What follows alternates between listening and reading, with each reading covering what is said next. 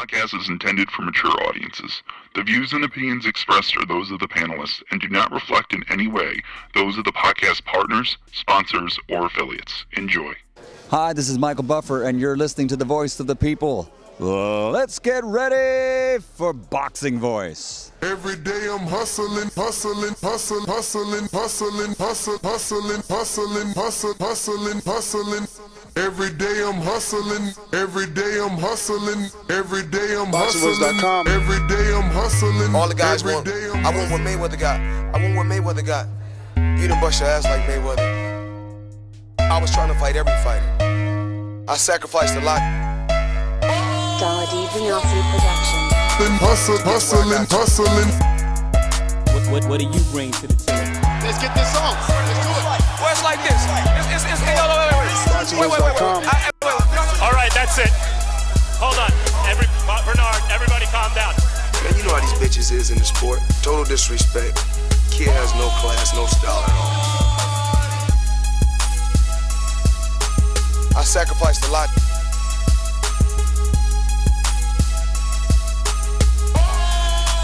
BoxingVoice.com to get to where I got to.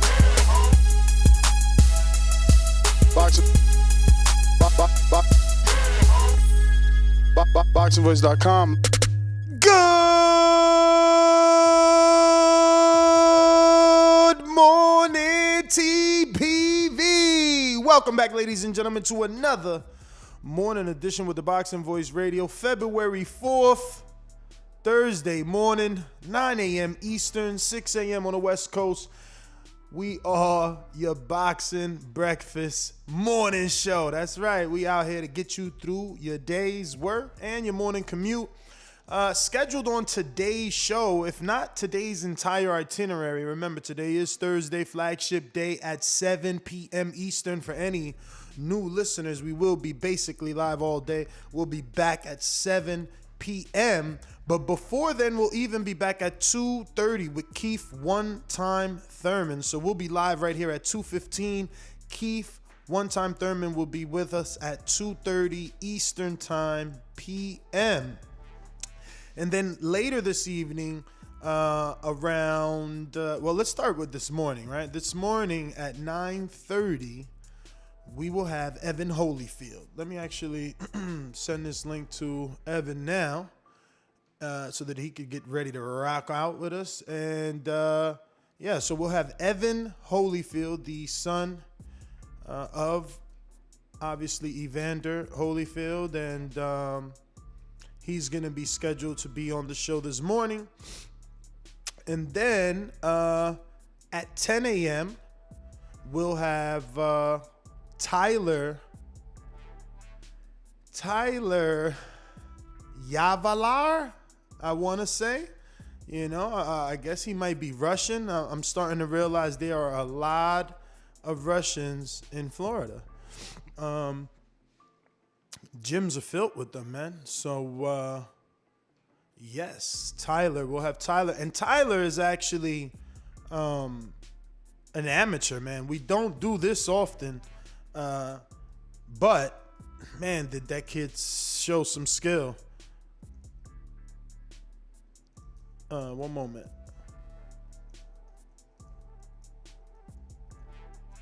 This is what happens when you're riding solo dolo, Scarface, no Manolo. You know what I'm saying? It's just me. None of the gang is here, but I'll hold it down as always. Right, so let's get back on track. Evan Holyfield, 9:30. Tyler Yavalar at 10 a.m. And he's an amateur. I want to let him tell us, all the details. I think he might be 18-0 only, which is very early, right? Because, Keith One Time Thurman had an over 120 fights. And once again, that's just a cheap plug. We're going to have Keith on at 2:30. So join us at 2:15 for another live show. Talking about welterweight division. Long-awaited interview for TBV, right? We had him scheduled for a few, and, with the move and with him and, flip-flopping, all that, we are eventually here, and it should be done at 2:30. But also, I never got around to telling you about our flagship show. Our flagship show is going to have Adam Blue Nose Lopez around 7:30, and then we'll get Victor Morales at 5:30. He's going to be on the Dazn card. Lopez is scheduled for an ESPN Top Rank card. And then Ken Porter. We'll have Ken Porter. He was in the dentist yesterday, so we didn't get him yesterday. We'll have him today at 6 his time, right? So that makes it 9 our time. Yeah, so we got a jam-packed day of boxing talk and interviews. I mean, this morning's conversation is going to be based off Jermall Charlo's Instagram Live, where he was baiting David Benavidez and Jose Benavidez Sr. to join him on his Instagram Live to make this fight between David Benavidez and himself. And he had some terms. He said, well, first of all, some may dismiss this because he was sarcastically talking about Benavidez being a young man versus him being a man. And he went as far as saying like he could raise David Benavidez, even though they're not that much, they're not that old, or their age doesn't, they're not so far apart in age. I think Charlo's only like 30 or 31, right? I think he's Canelo's age. So David is 23 maybe? But yes, Charlo went on to say he doesn't even fight people that are 25 and younger. But that was all part of his sarcastic, rant of how Benavidez is a little boy, and not on his level, and never been hit by the shit that he would hit him with, is what he said, right? Because he feels I'm a grown ass man and this guy is not. But this is a fight that's been brewing, man. I feel lucky to have been a part of it way back in Mexico at the WBC convention when Jose Benavidez Sr. is really the one that started this. And it's officially growing legs now. The roar for this is getting louder and louder. But Charlo on his Instagram Live said he is more than willing to face Benavidez, and he's willing to put his WBC 160-pound strap on the line because, damn, I forgot the word he used, but let's just paraphrase and throw one in there, editor's brackets, and say he like big dog shit. But it was something like that he said. I mean, one of y'all could correct me. And then he went on to say, but Benavidez must get COVID vaccinated. He must have the vaccine. I mean, and I don't think there's anything wrong with that. I mean, Mario got vaccinated. My wife got vaccinated. So what's the big deal, right? Like, if you're a professional fighter, yeah, I mean, you should be able to get it, at least easier than regular folk. But my co-host Mario Munguia got it done, and his wife. So now, he went on and gave his explanation as well. He didn't say Trey Miller. He didn't say that Benavidez got to come down to 160. He said he's moving up to 168, and he'll still put his title on the line on some big dog shit. That's what he said. Just go watch the video. It's out there. Everybody's reposted it by this point. That being said, Charlo gave his explanation for the vaccination, and I'm with it. He's like, look, the times that we in, we taking pay cuts, and I'm paraphrasing, right? But he's like, we taking pay cuts. So he's like, I'm not going to be dumb, broke, and sick. You know what I'm saying? So basically, if that's the only thing that you need to do, I'm sure Samson Lewickovich, who is the promoter of David Benavidez and Jose Benavidez Sr., obviously trainer and manager of his son, they can get that done. Jose really wants this fight for his son. So I think that these terms are small things, in this day and age. Why everyone's getting COVID tested? Is it morally wrong for Charlo to ask Benavidez to take the vaccine? I don't know. I mean, I know that there are a lot of people out here that don't want to take the vaccine or don't believe in taking a vaccine, but he's already come out and said it. He has, and maybe he did it. Maybe that was a moral decision as a father, right? Having children in his household. Maybe he just wanted to be certain that he wouldn't, give anything to his family, being as though that he's the one that's the business and travels probably more often than the rest of his family, right? And again, me, just coming up with shit in my head, trying to make sense of this. I mean, but again, if we go back to the beginning of this, I mean, he's not asking for much. He's not telling Benavidez to come down. He's saying he's moving up. He's not saying anything like a vaccination. Boxing fans should be like, okay, that's not even a big deal. Like, he's not asking for a catchweight. He's not asking for Benavidez to wear bigger gloves. I don't know. How big a deal is the vaccination, right? Like, that's what I want to know in terms of the callers, people that are going to talk about this topic. Like, are these terms crazy? He seems very confident that he could beat Benavidez, so much so that he's willing to put his title up. Remember, normally, Kell Brook moved up to fight Gennady and didn't lose his IBF title even though he lost the fight. Why? Because it wasn't on the line.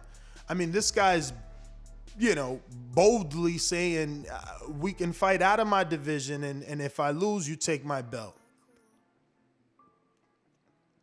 Now, will the sanctioning bodies approve that? That's another thing. I don't know if Mauricio will be okay with it. But then again, the WBA was, right? But the WBA is a completely different sanctioning body when they allowed Leo Santa Cruz and Gervonta Tank Davis to fight for the 130 and 135-pound WBA belt. So every sanctioning body is different, but we have seen these things before. So if they happen to pop back up, I don't think it would be a big deal. I mean, we've seen it.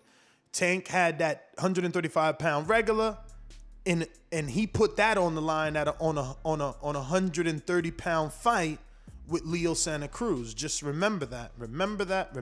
Everybody, I see you in the chat saying, how is it that you guys have fickle minds? How is it that you forget so easily? You forgot the Tank just fought last year and did that? But Steve in Chicago is right. Belts don't matter. Not in a fight like this. This is a big time fight. Imagine this in September. Now the issue is going to be, can they do this one in September and go against a Canelo Alvarez?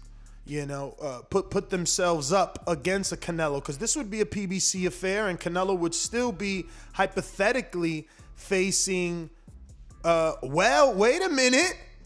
Wait a cotton-picking minute. Can you imagine? Keller plan is the September fight, and PBC come to an agreement with Canelo, and it's a pay-per-view, and Benavidez, Charlo on the undercard?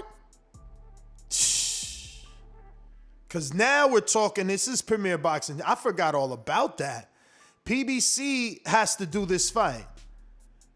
I mean, I know this is its own main event, but if you're Charlo, you do want to be on the Canelo undercard. You do want to make a statement. You do want to be saying, yo, I moved up to 168. I could beat Plant, Canelo winner. Look at what I did to Benavidez. And if you're Benavidez, this is your way back at it. This is your way, man. That would be, Team Batman Boxing. Shout out to you, yo. He had that fire in Manchester. Shout out to Team Batman Boxing, yo. I am wishing on a star. But it's possible, just because that September fight with Canelo is planned, and that will be co-promotion PBC. And what is Canelo gonna say? No, don't put my fellow Mexican, who, by the way, according to Mr. PBC in Seattle, Canelo says he doesn't want to fight a Mexican, so he don't want to fight Benavidez. He might as well put Benavidez on the undercard, right? I mean, and each promotion, Canelo Promotions could get one fight, right? And they got like Frank Sanchez or somebody who's also PBC too. But like, normally that's how it is. Like, either we go co-promotion on both fight or all the undercard, or you get a fight, I get a fight. Like, remember Mayweather? I mean, not Mayweather, but remember Tyson Fury and Wilder. The two promotions split that undercard. But it looks like we got the praying mantis, Francis. I was trying to give you some time to get everything straight. You straight? Is you I'm ready? straight. Is you ready? You ready? I've been Y'all ready. ready? I've been rocking out, man. I'm waiting for Evan Holyfield. He should be with us at 9:30. All right, let's get it rocking. Next up, sports up, yeah, homie, now that's us. You ain't tuning in, then you're hustling backwards. We always keep it poppin', tell your partner to slide through. Every sporting event, hit us up, and we got you, cause we what? Listen, man, thank you to everybody out there. Thank you to my Lord and Savior for another one. You know what I'm saying? Thank you to TBV. We back in the morning, man. A lot of things happened in the world of boxing yesterday. A lot of things happening in the world of boxing every day. But this is what's on the top of the docket. We got Jermall Charlo versus David Benavidez. Possibilities, a lot of talk, a lot of live streams, a lot of social media getting involved, and a lot to talk about, a lot to digest. Ness, what's up, man? Thank you for another day. What's going on, brother? Nothing, man. Just rocking out, brother. Rocking out, talking boxing, and enjoying that Jermall Charlo hasn't put any weird stipulations to make this fight. He simply is willing to move up to 168. He's willing to put his title on the line even though he doesn't have to. And he just wants David Benavidez to be vaccinated. Now, you are a person that may have to deal with that if you want to get out your country. I think you told us that rumor has it, if you want to get out, you have to be vaccinated. You could clear that up for us. But, I mean, I guess you're in... Yeah, in Canada. Yeah, vaccination is it's not mandatory, but definitely getting your COVID test and whatnot definitely is mandatory. They're working at. It's kind of hard for them to make it mandatory for leaving the country, but they can make it mandatory for you to do some type of. They're gonna put a lot of hurdles to make it difficult for you to want to even go. You know what I mean? Whether it's by the quarantine or by paying for this or paying for that, they're gonna try and deter you the best way they possibly can. So that's what the stipulations are with that. Now with this, him getting a COVID test, it's well, no, not COVID test. He wants vaccination. Sorry, my apologies. Because he's already vaccinated. He said. Yeah. That one for me is kind of up in the air. It's kind of up in the air, and the reason why I say that because be vaccinated, yes, it's almost like signing up for for VADA, right? It's not everybody that's not signed up for VADA. And yes, you can force somebody to sign up for VADA to have a fight, but I don't think it comes off as like it's a must that you must sign up for VADA. So in this situation here, him saying he needs to be vaccinated, unless it's a mandatory thing that everybody be vaccinated, then and it's safe, I don't see why not. But it does come off a little bit like a cap. It does come off like cap to me. Y'all don't forget to smash the thumbs up button and subscribe button. Does help with the growth and the visibility. TBV in the morning. What's happening, y'all? It does come off a little bit like cap. Does anybody agree or disagree? Just a little bit. What? You think Maul is capping? It comes off the statement of the vaccination, getting vaccinated comes off a little bit like cap because it's not mandatory for everyone to be vaccinated. So to put somebody in that type of position to be like, if they don't leave, stop the spread. He's trying to help stop the spread. And he's trying to be careful for his family. Remember, he got like 4 little kids over there. He don't want to bring nothing home. That's right. But you see what happens now is that you're gonna have to pull the card to be like, okay, you gotta show us proof that you've been vaccinated. You could just be saying that. All right, and that's understandable. I think that's understandable and that's fair. You know, but if he can provide it, if needed, right? Because David is not questioning whether, I mean, he hasn't questioned whether or not it's true or false that Maul has been vaccinated. But if that comes into question, I think, yeah, absolutely. That should be within reason for Jermall to have to produce it, you know? Right. I don't see anything wrong with that. But I also don't see anything wrong with Jermall asking for that. Like, I mean, he's a family man. He's got kids, you know what I'm saying? And he's done it. Allegedly, he's already been vaccinated. So it's not like he's asking you to do something he hasn't done himself. Allegedly. I hear that. Any other issues did you have with? What's up? Yo, Maul gonna come for you. Allegedly. You keep saying allegedly. You keep saying, did he take the test? Like, I mean, because not the test, taking but a the stance vaccination. that you would normally take. But I'm why, taking a stance but that you would why normally would he? take. Why would he get on his Instagram live and say he's vaccinated if he's not? You keep saying allegedly. It's easy for you to turn around and say, yo, come on, man, y'all know I was playing, man. I don't really that vaccination, man. Like, come on, man. You know how them down south. That's how they do it. Like, you actually believe that? Like, I was definitely playing with that situation. So let me man. ask you a question, because I don't watch any other sports. Is any other sports are they being vaccinated? Not in the mandatory form. There are some people who believe in the vaccination who have taken it. But are there major sports figures in any other sport that you watch that have taken the vaccination that you know? Like any quarterbacks or basketball guys, anybody like that? Nobody? Not off the top of my head, no. Oh wow. Let's taking it. But they have gone through the whole protocol of either having COVID or being in contact with somebody that had and had to go through the process of quarantine, self-isolation and whatnot, but I've never heard any report of them coming out and say, yeah, I've taken the vaccination. Yo, people are saying, was Derevyanchenko vaccinated? But that's the thing, guys. He was not, let's say, hypothetically. Right. Let's say hypothetically he was not, but then Jermall got the vaccination. Now, this is what I'll say. For those that are saying that this is a weird term or clause in the contract, I'll say it is, right? And this is the reason, Francis, because correct me if I'm wrong. I mean, you're dealing with this because you're trying to get out of the country, right? So if I got the vaccine, I can't get it. So why do I care if you got it, right? Because here's the funny thing about it, which was kind of crazy, because I thought about it like for a second, like maybe. But if you have it, you still have to take the test to leave the country, right? The vaccination. And even though you got your vaccination, your paperwork and everything, you still got to take the test. Now, when you come back, you still have to quarantine, even though you've been vaccinated and had a negative result test. Yeah, man. But that's Canada. That's old right. Canada. That's weird, man. That's a lot. I'm telling you, a whole lot. So I'm like, what? So even if you do got a vaccination, you still got to go through all this bullshit. So like they trying to make it. So why even like for you as a Canadian citizen, why even take the vaccination? It's not. I mean, it's only for mental, for you to mentally be at peace, I guess. It's to say what you just said. You just said it. They're doing their part to try and stop the spread. Do you understand what I'm saying? People in the chat are saying that that's not true. You can still get the COVID even after vaccination. I don't know.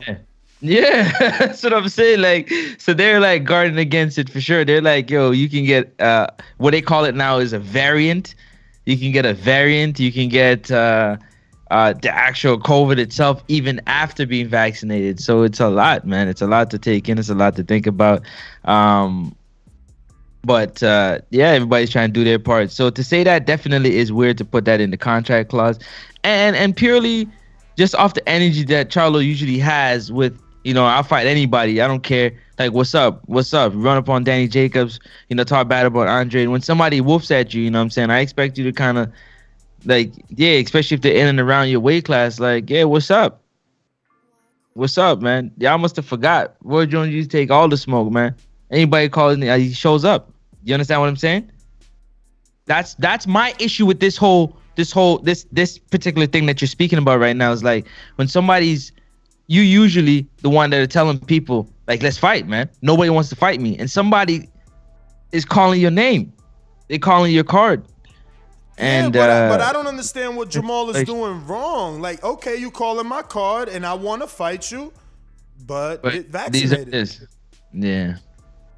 I guess what it comes down to now, if right? If you want a big fight, first of all, let's start there so that when Jose and David hear this, they understand what not only the host but the fight fans are thinking.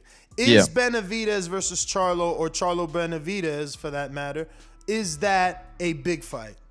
Massive.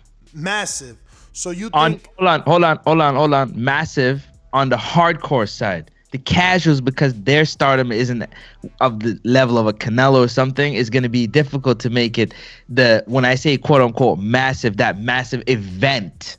It's going to be a massive fight based on style, but it won't be a massive event. Keep in mind, El Bandera Roja was on the undercard of Earl Spence, Mikey Garcia when they brought in 48,000. Don't forget that. You better tell it, yeah. And I was there live when he came out. That shit got lit. It got lit. Whether it was just because he was in the Mexican clothes and with the Mexican music and all that, or they know him and they were there for him. It got crazy when Benavidez fought on that undercard, is all I will say. I do think it's a huge fight.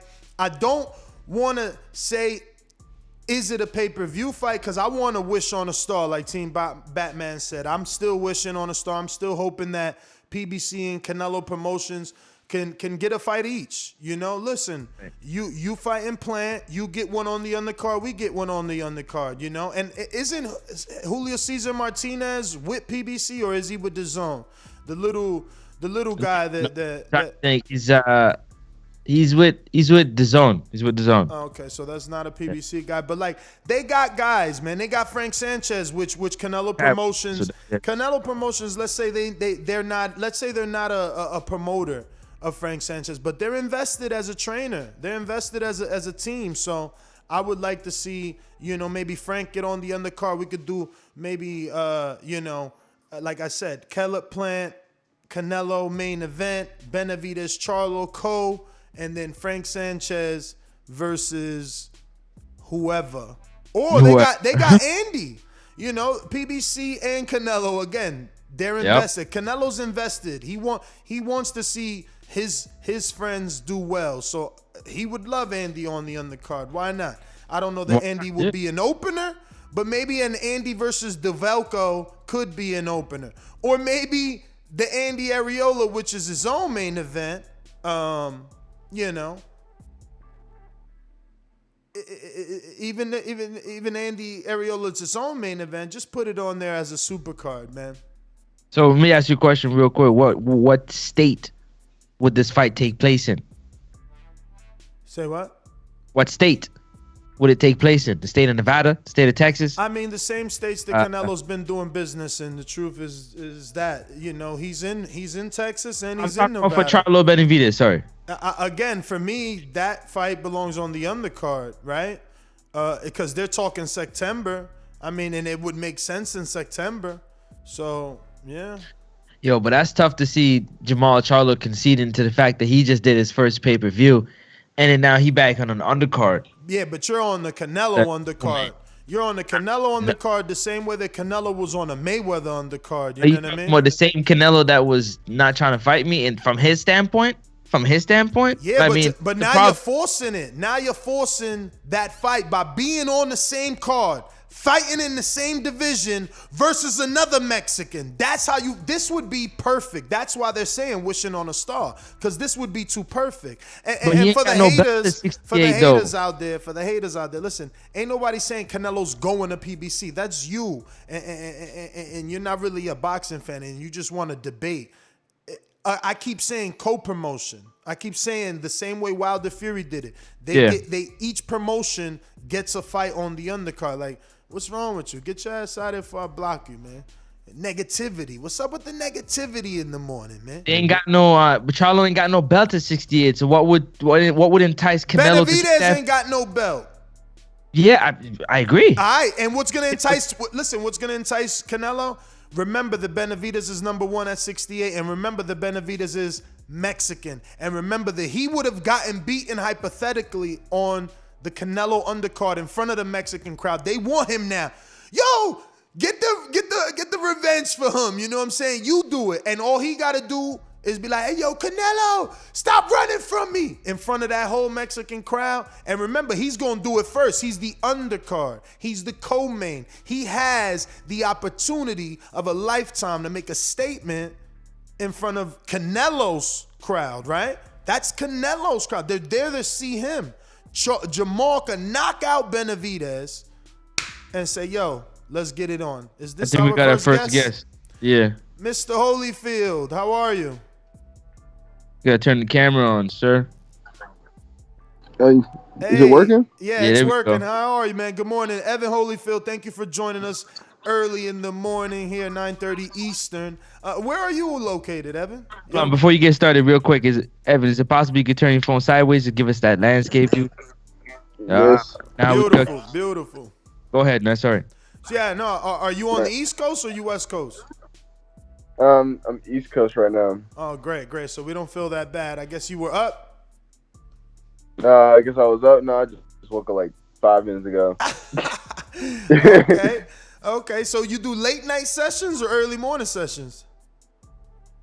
I do morning and night. I would train around two times a day, sometimes 3 if I had to squeeze in an extra mid session or strength and conditioning. But I do like 10 o'clock, and then I got my next workout like 4. So it's nothing too challenging if you you're always doing it every day. Mm-hmm. Yeah, how you doing it? This is Francis from Canada. Does your workouts change from morning to morning, or is it consistently the same thing? It changes morning to morning. Just switching the schedule always keeps your body alert, and make sure your body doesn't get too used to a rhythm. And when your body gets used to a rhythm, you're not getting all that you can get out of a workout. But we're just switching it up between running and strength and conditioning, in the morning, and sometimes we make some sparring, to keep everybody on their toes and stuff, engaged. So Evan, did you get an opportunity to fight on that BPE card? I know you were scheduled to fight there, but I didn't get to see you. I seen Mac Truck and a few others. I didn't get to see your fight. Did you get to fight? Yeah, I ended up being able to fight and everything. I fought actually. No, Mac Truck fought before me. I fought after Showtime. I was like, it was only 1 round though. Yeah. I got him out in a minute. Yeah, I see. So you fought Donis Reed. So how was it, being in that venue? That was one of Justin Biggs from Big Time Promotions. I believe that was their first card.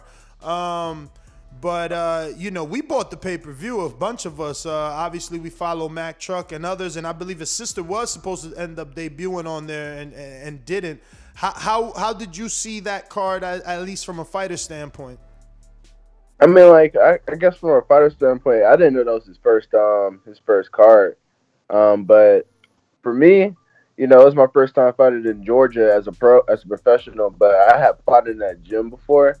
Because I've been around Georgia a long time, so I used to train there at a certain point. But for him to have his first show, especially during the times that we're in, COVID and everything, because I already know that was always like another hurdle to get over. Mm-hmm. He did pretty good. You would never even be able to tell it was his first show at all. I feel like it was pretty much put together, especially for the circumstances that we're in. And he went down there and he did what he had to do. Nothing but kudos to him, because I know that's hard to do, especially as a young man, and a fighter. Mm-hmm. Now, I might be wrong about that being his first show. I meant to say his first big show, because when I found out that you were headlining, I reached out like, wow, I didn't know you were doing this card, and I got him and his sister on to give the card a little more shine, obviously, because I felt like him being a fighter and a promoter, that you're a big name. You know what I mean? So it's like that was a great step forward for him as a promoter to have gotten you on that card. And now hearing that you felt that the card went well is also good. So do you know what's next for you, or when you would like to see yourself back in the ring? I mean, I've talked to my promoters and everything. They said the next possible one is possibly in March. On this, it's in Atlanta. a guy named Burt Wells is doing it. It's called like Vegas in Atlanta type show. But like, yeah, hopefully I get on that card because like almost everybody in my gym is on that one. So like, I feel like it would be kind of cool just to like be able to, have a fight with some of my stablemates and stuff like that. Not like with them, but to fight alongside them. We also like one up at each other or feeding off each other's energy. I feel like that'd be a cool experience to have.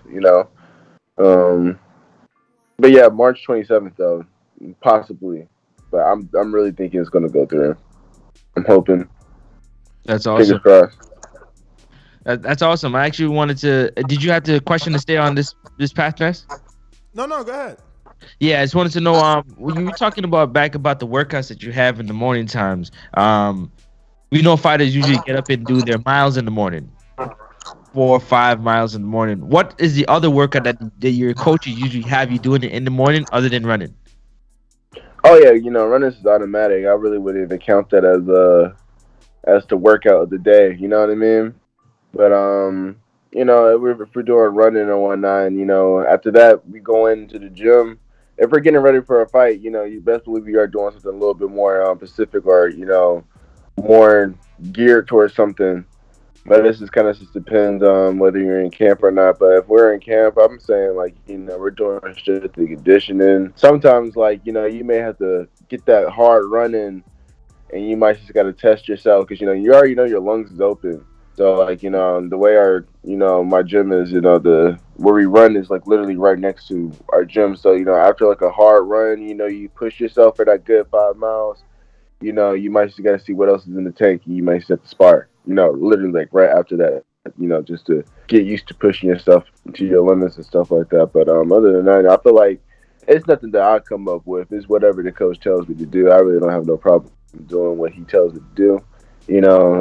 So are you saying then that because you have no problem with what he asked you to do, there isn't a specific workout that you have to get mentally prepared to do? Like it's never nothing out to get it mentally prepared to do. It's just be like whatever. I feel like that's how you should be as a fighter. You got to be prepared for anything. So I should be prepared for all workouts. I like working hard. That's just my thing to do. I feel like if I'm working hard, I'm outdoing the next person. Whoever I'm going to be fighting, they ain't doing this. So, yeah. So Evan, did you take up boxing naturally? Did you feel inclined to do so because your father's such a big name in the sport, or was it something that you was just drawn to? I feel like it was something I'm just drawn to. I could say honestly, when I was younger, I really didn't know my dad used to box. Like I used to know he used to do something, but I wasn't, fully cognitively processing it that he was a world champion. He was just my dad to me until like I really started like I think probably like when I was like in 3rd, 4th grade, I probably started to realize, oh yeah, this man has hands, and but no, I feel like it kind of naturally chose me because as a youngin. You have friends and everybody has their dreams. Everybody wants to go to NFL, NBA, MLB, become a pilot and stuff like that. So I was like one of those people. I wanted to first start out. I wanted to go to NBA. Figure out I don't have no jump shot. I was like, you know what? I don't got no jump shot. It's all good. So I went to the next one. I said football, and I said, I'm gonna be like LT, stiff arm them boys.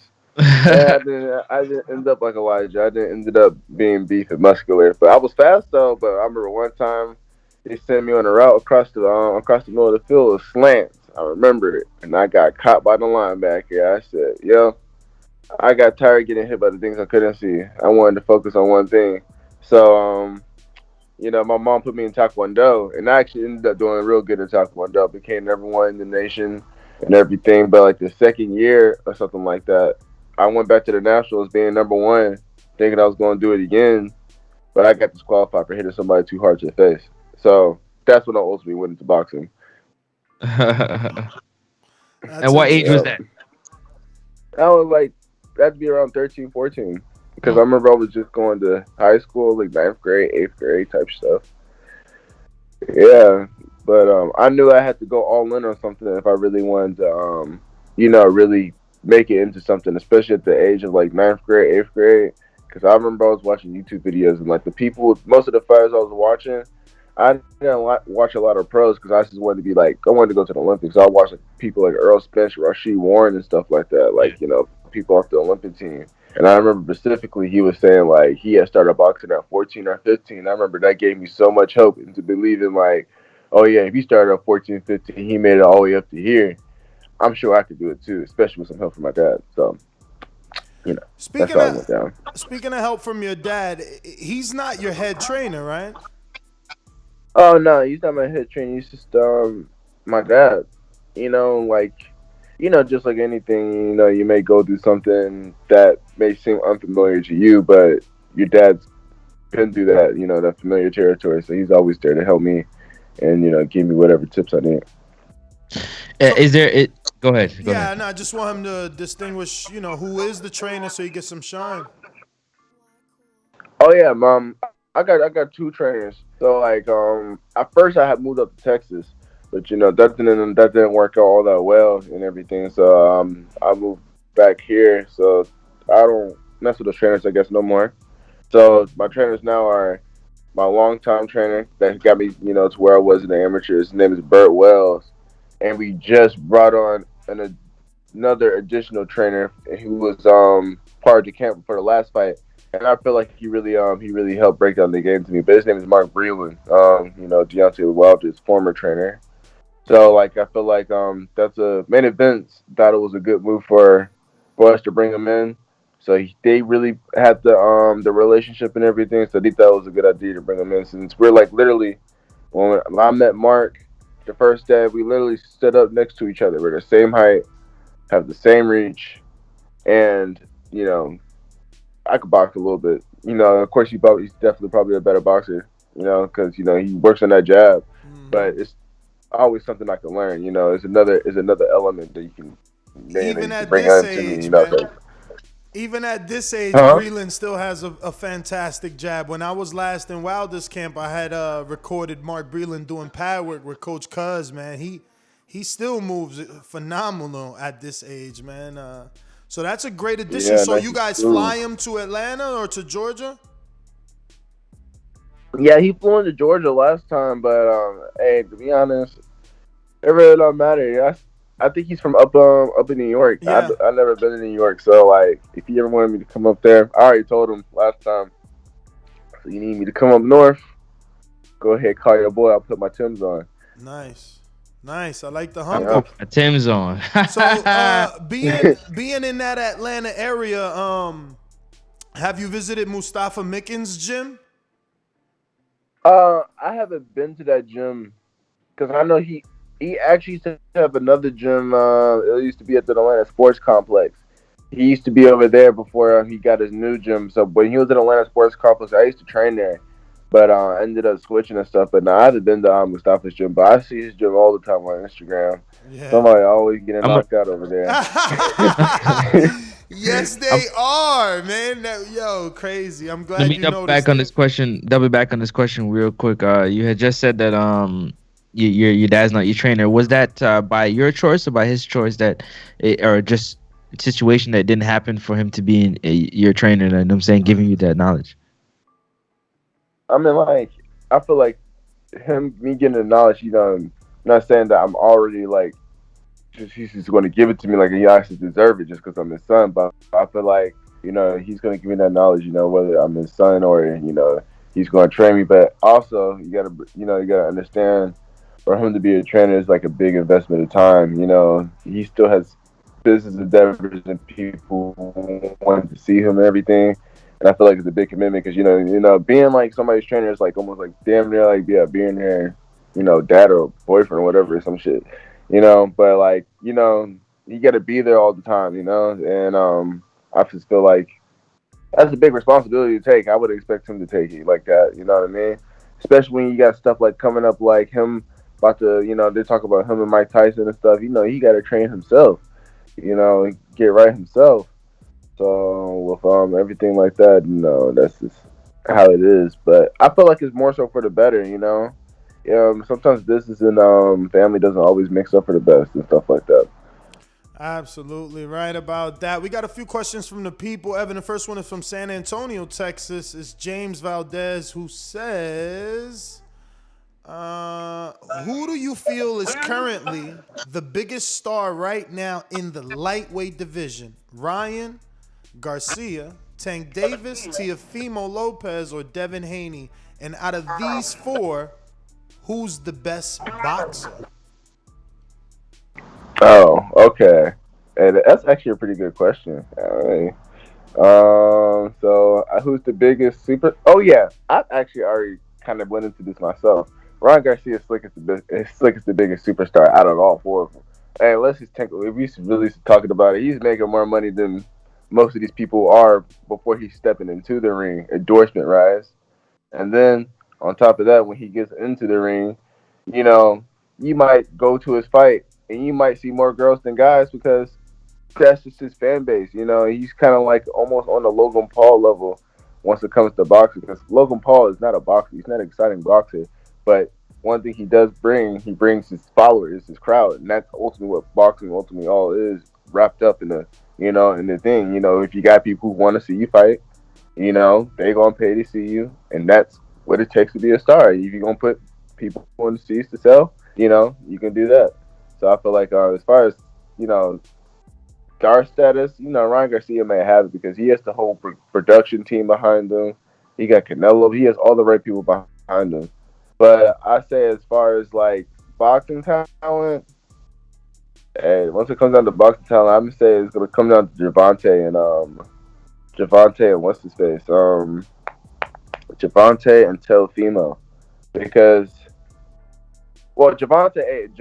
we all see what Javante can do when he really puts his mind into it, and I feel like that's really what opened up my eyes and made me a fan of Javante Davis again, because his last couple fights he was slacking, but for the Leo Santa Cruz, you could tell that he really put in the work to really win that fight. And when you see a serious Tank, it shows that a serious Tank is going to be a hard person to beat, for anybody, because the way he put Leo Santa Cruz down was just something different. And Teofimo, of course he beat Lomachenko, but Lomachenko took off a full 6 rounds for no reason. He could have at least fought for the round, but there's nothing to take away from Teofimo because Teofimo is a good fighter. But I feel like I just need to see one more fight, one more good fight out of him, because I thought Comey was going to be a good one for him, a good tester for him, but not even trying to take anything away from anybody, but you catch somebody early, you really take away their chance to to see what they're really going to do, because a shot really, a good shot is just it's the moment's notice. But yeah, I'm saying between Javante and Teofimo, but I don't know really between them both. I'm gonna just give the edge to Javante, since I see more of Javante more than I see more of Teofimo. All right, yo, can I slide in here with this question real quick? Real quick. Evan, I just wanted to ask you, from the card that you were just a part of, you just performed the Justin Biggs promotional card. Who was impressive to you from your standpoint, or who caught your attention? From the one in Vegas? The Justin Biggs card, Ness? Oh, the Justin Biggs card. Yes. Shoot, I'll say, the person who fought right before me on Showtime. I mean, his fight was exciting, and when he was doing the in the dressing room, he got a lot of energy, because when he was doing the dressing room, I never seen anybody do. That man was doing all types of backflips, and he gave everybody the concert pretty much. I thought, I was like, in my head, I said, this boy needs to sit down before he gas out during the fight. But but he did good though. They said he gave out an exciting show. He came out right before me, so I watched it on the live stream. Mm-hmm. Yeah. All right, we got Adrian Rowan in Wisconsin that says, do you feel extra pressure due to being father's sons, or does that just push you to be greater? Do you think your last name gives you an easier route to the top or a harder route? Okay. I really don't take any pressure to it, because for the first part, for the most part, my name's always been the same. As soon as I came out the womb, I didn't have any different names. So it's just kind of been like whatever I've been going through is just kind of like, you just get used to it, you know. So with that being said, of course, when some people know that they're fighting me, they're gonna want to fight the hardest. To say they beat the Holyfield or beat a Holyfield, even though they didn't beat my dad. But I'll take the kudos, of them trying to beat me and giving them, their hardest fight and stuff like that. So it makes me train a little bit harder because it's not about me living up to the name; it's about me living up to myself, my own standards, and my own goals that I have in the game. So I understand, with my own goals and where I want to be, which is I want to end up going to the Hall of Fame and being next to my dad, or at least recognized with him and stuff like that. So I understand with those goals, these people who come and they want to beat me and stuff like that, give me the hardest, they're only adding on to my, to the legacy where I'm trying to get. So every fight is a step up to become a little bit better. So I should take that as the opportunity, and everything comes with ups and downs, and it's a blessing to have the name, but the name only can get you to the door, but your actions got to walk you through the door. So I feel like once it comes to that, it's a blessing to have the name to get me through, some narrow places that some people may not be able to get to. So I know, like, that's always a blessing to have, especially during the times that we're in right now, like COVID. I think that may have barely got me on the card, to squeeze the year out. But it's really just a blessing. But it's a blessing to be able to fight too, also. So like when people see me fight, they're understanding that I'm just not a name. When they see me fight, they're not asking me about my dad no more. They're asking me how I'm doing. So they say, "Oh, that boy got some hands." Yeah, they're saying something like that. We got another one from Ignorant Boxing that says, "What's your opinion of Mark Breland being fired from Wilder's camp for supposedly spiking his water and throwing in the towel?" Well, I could say one thing: my water was fine. But I really can't, I really can't say too much. Well, not really say too much, but it's just like, if you really think, how is the head coach supposed to spike your water if his money is your money is his money? And like at the end of the day, you can't be mad at the person, really throwing a towel in for you either, because that even counteracts the reason why he would spike your water. Why would he spike your water to see you get hurt and then throwing the towel for you not to get hurt? It just doesn't make any sense. So at the end of the day, you know really what? That is, I never thought about it that way. Yeah, why would he spike your water to get you beat, but then throw in the towel not to get you killed? You're right. I ain't never think of it like that. Good thinking, Evan. We got one more from New Orleans that says, when do you get back into the ring in 2021? You answered that. You said March 27th if all goes right. The next one is from Stephen Williams. I believe it's in the UK. Says, what do you enjoy doing when not boxing? Are you a gamer? Do you produce music? Write poetry? Basically, what makes you tick outside of boxing? Thanks for coming on the show, champ. Steve in the UK. What do I do? I'll be playing video games. I'm saying video games is probably my number one go-to. If I have good connection, if I got good connection, good Wi-Fi, I'm normally on the video games all day. But I feel like I have other hobbies too. I like listening to music. I don't know. I'm trying to branch out a little bit more. Now that I'm back in Atlanta, I'm trying to find some new hobbies. Like, I don't know. Maybe I'm gonna try painting next week. So I'll let you know how that goes. Well, Evan, those are all our questions, man. I want to thank you, obviously, for waking up early, coming on the Boxing Voice to talk some boxing with us. If you can, please give out your social media so anyone that isn't following you can do so. And we look forward to having you back on as soon as you're ready to announce that March 27th fight. And once again, we appreciate your time. Yeah, I appreciate it. My Instagram handle is Evan Holyfield with an _ at the end. I know there's going to be a lot of Holyfields that pop up when you type in Holyfield. But just know it's the best looking one. This was, I love your personality, man. Early in the morning, you still got it, man. Thanks for coming on. And like I said, man, we look forward to getting you back on, man. Thank you again. I appreciate you having me. Y'all be good, man. Be good. Bye. I will. There you have it, ladies and gentlemen. The son of a legend, Evan Holyfield, live on TBV. We're scheduled to have our man. I'm a little afraid, man. Do I call him a phenom? I mean, am I on that level that I can call someone a phenom? That I can see the skill so early? I don't think so, man. Can you get him the eye test phenom? Is that what you're doing? I don't think I'm worthy. I'm not worthy of giving such praise, but this kid got my attention. He really did, and He did. we're scheduled to have him at 10 a.m. And if you want to ask him a question, you can head on over to patreon.com/theboxingvoice. And if you want to ask a question on YouTube memberships, you can do so as well.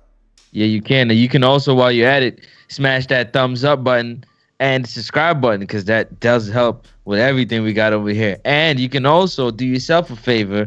And, you know what I'm saying, Border Wars 10 is around the corner. You can get yourself prepared and ready for that, because that is going to be an event in the show. Yo, what we need a 122 pounder or 130 pounder. We need a 190 pounder, and we need a heavyweight. Yeah. Right? Anything else? Am I missing anything? And a 68 pounder or 75. No, because Man's not doing it anymore, right? Bro, I haven't even heard from Man. He sent me the same number twice that, when I texted, they say ain't no Man there, so I don't know what to do. Yes, it'll be good. That's it. 190 pounder, 122 pounder, and 140 pounder, you said? We do need a 140 pounder, man. We do need a 140 pounder, man. You already know what it is, man. We're excited, man. Border Wars is coming up. You already know what happens when Border Wars, it takes over everything. You know what I'm saying? That's what we talk about. That's what we eat, sleep. You know what I'm saying? I would love this guy to fight Sean, but I think Sean might be like, yo, you setting me up. This guy got 18 amateur fights. I only got 1 and 2 Border Wars fights. But this dude's 201. Sean needs a cruiserweight fight. This dude lives in Florida. I could just have him come through as a celeb and get in the ring and swing and make the event that much bigger. Then I'll have 2 Florida trainers mingling and rubbing elbows so that they camps could get. I don't know. This was just me thinking, But I know you represent Sean. Yeah, reach out to Sean. Yeah. It's a dangerous fight. I mean, my man's double jab is bananas. No, it's double jabs. He got some. Yo, matter of fact, I'm gonna go to his Instagram so y'all can see. He had a little clip of his fight up there. I don't know that it represented the fight the way that I witnessed it, but let's see. Is it this one? So how you feeling today? You taking a fight today, or are you still on the fence? Oh, what are you talking about? I'm on the fence. Are you? Huh? Yo, this kid is funny. This guy right here. This kid. Are you getting to jersey coming out of him? Are you getting to America or what? Or you just the jersey coming out of this kid? Yo, are you getting to America, or are you just faking it? You know what I'm saying? When are we gonna know? Are you official? Because all I want to know is you said if I screen share the card, I sent it to you. Your fight is like this. Look, I can show everybody right now. Your fight is like, is he on, is he not? You did that. But listen, let me tell you something though. I mean, you and Stainless, what you're forgetting to tell the people, hold on. What you're forgetting to tell the people is that you gave the stipulation. You said, yo, if I get to Florida, you feel me? In a good time, and I got enough time, I'll take a fight. I don't care who it is. I don't care who it is. Because I remember you saying like, yo, who won it? Yeah. 40-something. Yeah. Like, who won it? Yeah. I got the belt. Yeah. The only belt. I'm the champ. This is the coveted heavy title. All yes.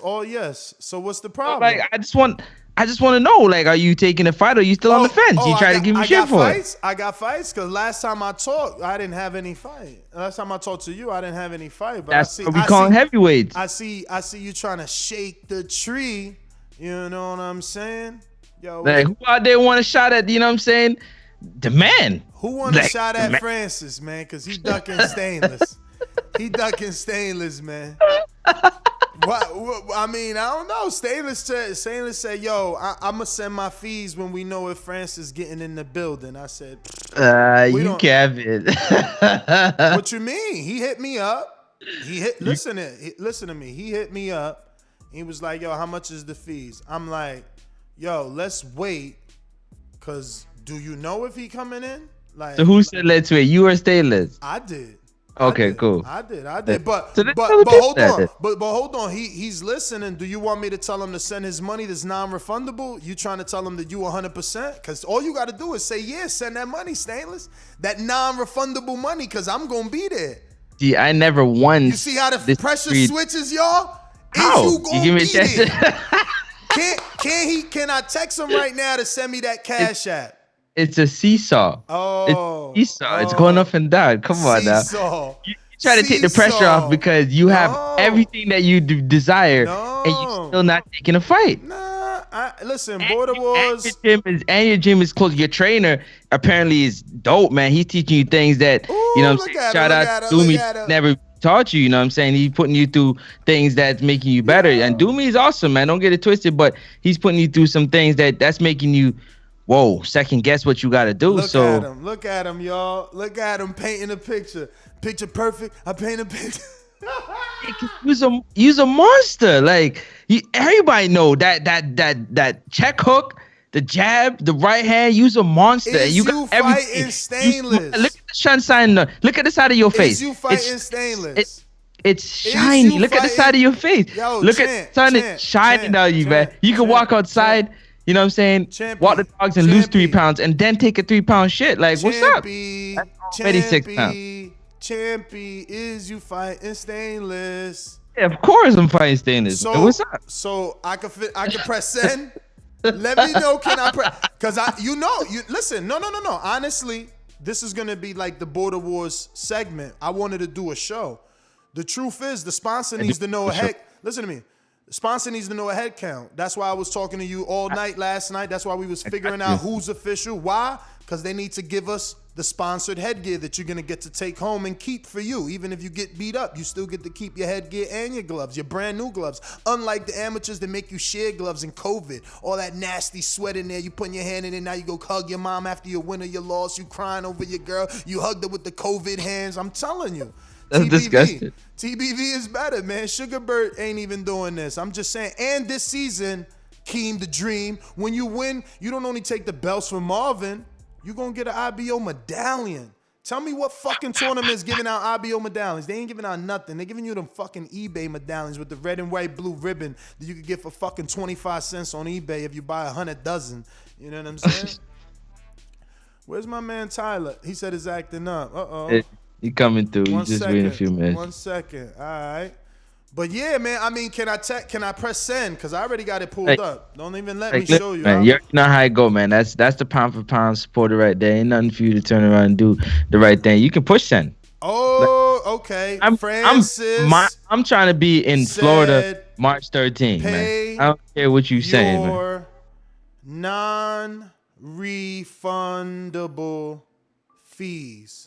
With you, come on, man. That's your pound for pound, man. You gotta treat him right. Like, if I get held up because of COVID, man, you gotta do the right thing. Don't Tyson Fury me. Don't Tyson Fury me, man. To this episode, okay? Sent. Everything sent. Everything. Yo, check IG, man. He trying to get. He needs your help. I'm on it, Champy. But yeah, man, yo, listen, man, people, we need a heavyweight, man. If anybody's still not too late, especially if you're in the Florida area, you know what I'm saying? Anywhere in the Florida area, you trying to get in there, just give it an opportunity, get in the ring and swing. You know, if you're anywhere in the range of 200 to 122 pounds, yo, let's get it popping, man. No matter what gym you in, let's see your experience. Let's see some tape. Let's get it going. We need it, you know what I'm saying, to get the show off and popping. And we got some fighters that are hungry.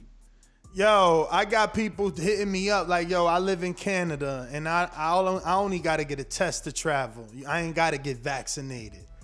I never said it was mandatory to get vaccinated. I done told you that already. You don't be listening. You tried though. Listen, look at the sun. I can't even see you. Your background. The sun is so bright. When you gonna take a fight? Yo, everybody else in Florida taking a fight except you. Ain't that's terrible. Everybody else in Florida taking a fight. I'm gonna tell you. Yeah. I'm gonna take a fight once my scale gets here. I don't even know what I weigh. I just know that I'm wearing a lot of clothes that I ain't used to wear. I know you got to.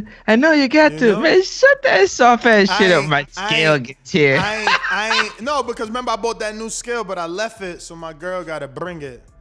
Oh, Francis, what's your favorite nail polish? Doomy said. Oh, why he coming at you? My coach coming for you? Yeah, because your new coach is doing better than him. That's why he coming for you. That's all. Oh. You can do how to punch properly. Finally, Doomy. Oh. What happened? You told him? Huh? I said finally a coach teaching Ness how to punch properly. Oh, Doomy. He playing you, Doomy. Nah, man, that's my guy, man. You gotta come. You gotta expect the shots if you're gonna come with it, man. Oh shit! Shot. What's going on, man? You gonna take it or what? Like you take tripping? What? You keep saying take what? A fight, man. Like yo, where's who don't want to fight with Ness, man? Who out there is not bold and brave enough to take a fight? As soon as we get an opponent. Or you need the skizzy first. I'll announce it, man. I'll announce it. You worried about the big fish, man. You got to worry about your fight, man. Don't worry about big fish getting on the card, man. You should worry about being the man on this card instead of trying to. I am worrying about big fish, the brand. All four holes. Well, Doomy's not gonna be fighting, so if you can get on. I might be taking the Mike Polite coffee fight. That's what y'all don't get, man. You know, so I gotta stay available. I might get exhibition. What you mean exhibition? If me and Polite get in the ring in Border Wars 10, that ain't the biggest fight that could be made. Of course. All right then. So then I gotta wait, man. I got options, man. I got mad options, huh? It's Tyler right here, man. Tyler, you there? You gotta turn that camera on, champy. Hey, let me ask you a question. What up? Hey, Tyler, before he's coming. Oh, there he goes. I was wondering how's he still doing keto and still fat, but go ahead, do me. Go ahead. Coach, Chip, what's going on? What's going on, Ness? How are you, man? Man, I'm good, man. Trying to see if Tyler jumped on here yet. Oh, he didn't yet. He said he was having issues. I thought you was him. I sent him. He sent me the link. Yeah, I had just I just tried to add him though. Oh, he's on there. He just got to answer. Tell him to turn on his. Let me hit him up and tell him to turn on the Skype. Yeah, man. This guy was on my case about this interview, and he ain't even on here yet. I'm the one running late. Nah, it's all good. You guys are good, man. We happy to have you. Honestly, man, I've been singing the praise. I've been singing the praise ever since I met you, man. So you know. Now, and let me tell you, that's a bad thing because these dudes, they hate me, man. They act like they like me. They hate me. Anybody I recommend, you know, look, Damani Rock had a loss. Now it's my fault because I was pumping up Damani Rock. Meanwhile, the dude that beat Damani, I was pumping him up too from 0-0. So one of my guys beats one of my guys, and Ness is the bad guy. But I'm still gonna give you the shine, Tyler, because I think you're special, man, and I want you to stay on track. Normally we don't even interview, amateurs, unless you're an Olympian or something like that. And I was just so impressed, man. So impressed. And then it was even better when I found out that you listened to the show. But go ahead and introduce yourself because I don't want to butcher the last name. Tyler Yavelar. Yeah, I was pretty close. Yavelar. So tell us how you got started in the sport, and were you born and raised here in Florida? I was actually born in Washington, D.C., and then I moved to Florida when I was like 1 or 2. So all I really know is Florida. All right, so for our audience listening, Tyler is an amateur. I just watched him fight in a Tampa show, and this is Chip. Is it Henderson the last name, or am I making this up in my head? Nah, Hunt. Oh, H-U-N-T, Hunt. Shit, where the fuck I get Henderson from? But yo, listen, I wanted Chip on because obviously he has to be the one that taught Tyler this double jab and this movement. And I mean, I think really you probably I mean, outside of Andres, who, you know, he gets love from me because he was a buzzsaw, but I think that you guys were the most skilled on that card. And I know you want to turn pro, but you're going for the Nationals this year, I believe? Yes, I'm going to U.S. Nationals at the end of March. And my goal is to get in the top 10 first in USA boxing. All right. And do you only have 18 amateur fights? I have 19 now. 19, wow. You know, obviously, I know Thurman for his whole career. He had 120, and this is what I'm saying, like, I normally don't get amateurs on, but you look really, really good. Now, I was surprised that you're a cruiserweight. I thought you were like 175. Then you told me you're 201, but you're also big, right? You're 6'1". Yeah, I'm 6'1", and I've had my last 5 at 201. And you just blew up then? Well, I was making 178. I had like 14 fights at, or like 12 or 13 fights at 178. I had 2 fights at 165, and I think it was affecting my performances.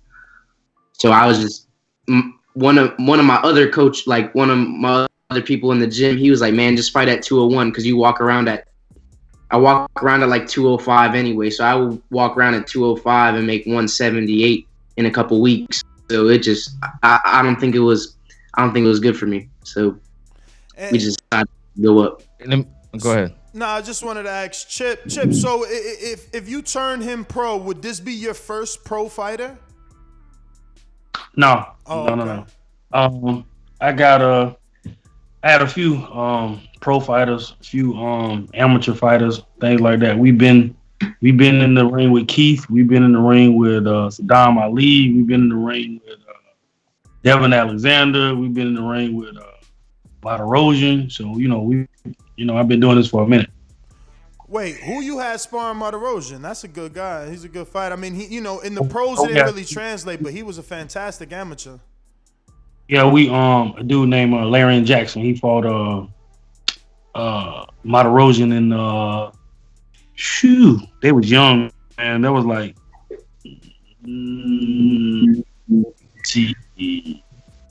early 2000s. They was in the Nationals. I think, if I ain't mistaken, I think they fought each other as JOs, I think. Yeah, it's been so long ago, man, because I've been coaching since I've been fighting. I was fighting in 95. I was actually in the amateurs with Berto. Berto, I was like 22. Berto was like 12, knocking out all little kids, man. He was just cleaning them up. You know what I mean? Keith came along later on, you know what I mean? And then by the time he came along, I had started coaching. And one of our fighters that just won a fight on TV by the name of Johnny Langston, he fought Keith in the amateur. So, we've been and I had another fighter that was in camp with Adrian Broner. So I've been doing this for a little minute. You know what I mean? Mm-hmm.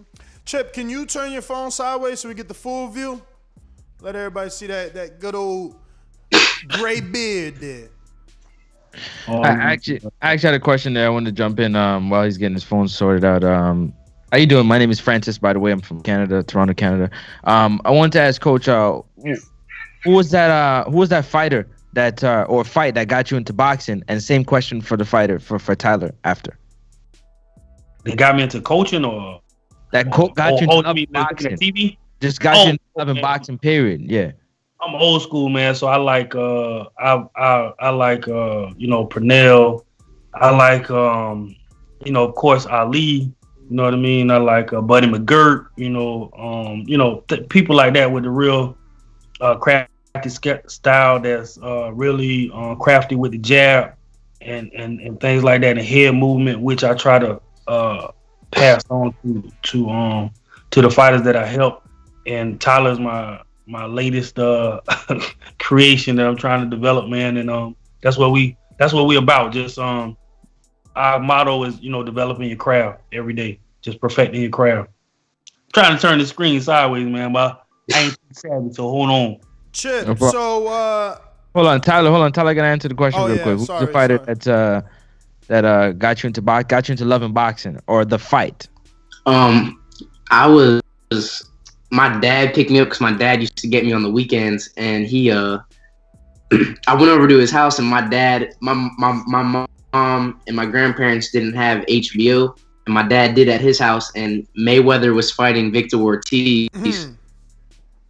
And that was the first fight I ever like seen on TV or anything, and I was watching it with my dad, and I was just like, I just thought it was cool. It didn't make me start boxing or anything, but after that, that was the first fight I ever seen, Mayweather Ortiz.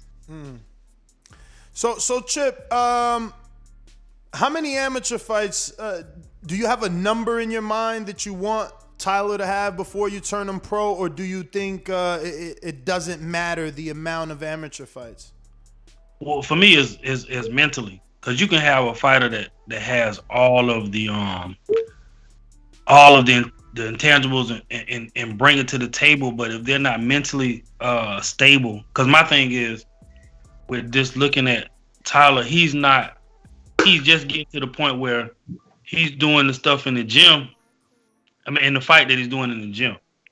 So until you get over that hump, we trying to get over that hump, because what you seen the other week, he looks like 10 times better in the gym. You know what I mean? So when you come in and you have this saying, when a lot of people be like, oh, it's just another day in the office, do you really mean that? And can you execute that thought process? You know what I mean? That's what I'm looking for. I'm looking for that mental development to get the best out of you for those 3 minutes. You know what I mean? And some people take a while to do that. Like Lennox Lewis, he stayed an amateur for a while. He went to the Olympics twice. You know what I mean? He could have went after the first Olympics. You know what I mean? But he wasn't ready until his second tour. You know what I mean? Then he turned pro. The reason I ask is because David Benavidez only had 6 amateur fights, and he was able to turn pro and be a successful 2-time WBC champion. Right. And his testimony is he believes that was the case because of his sparring. He did a lot of heavy professional sparring. So that leads me to my question: like, is Tyler sparring big names, or is that still difficult to get where you guys are at? No. We are in Keith Thurman's gym. He spars what's the 6'8" dude that was number. I spar Brandon Moore a lot. Who? Brandon Moore. He was ranked number 3 in the trials, the last trial. Sparred Johnny Langston a lot too. Brian Pirelli. Okay, the one that fought Collazo? Yeah. I mean, as I like, when it comes to people in Florida, I feel like I spar like the. Oh, what's your boy name too? I always mess up his name. One with the big crazy hair, fro. Monday, what's his name? Money Pal. Money Pal. Yeah. So anytime I have an opportunity to spar someone, great, I spar him. How much rounds do you usually go when you go to sponsors? 6. Because we try to do double the amateur fight. Makes sense.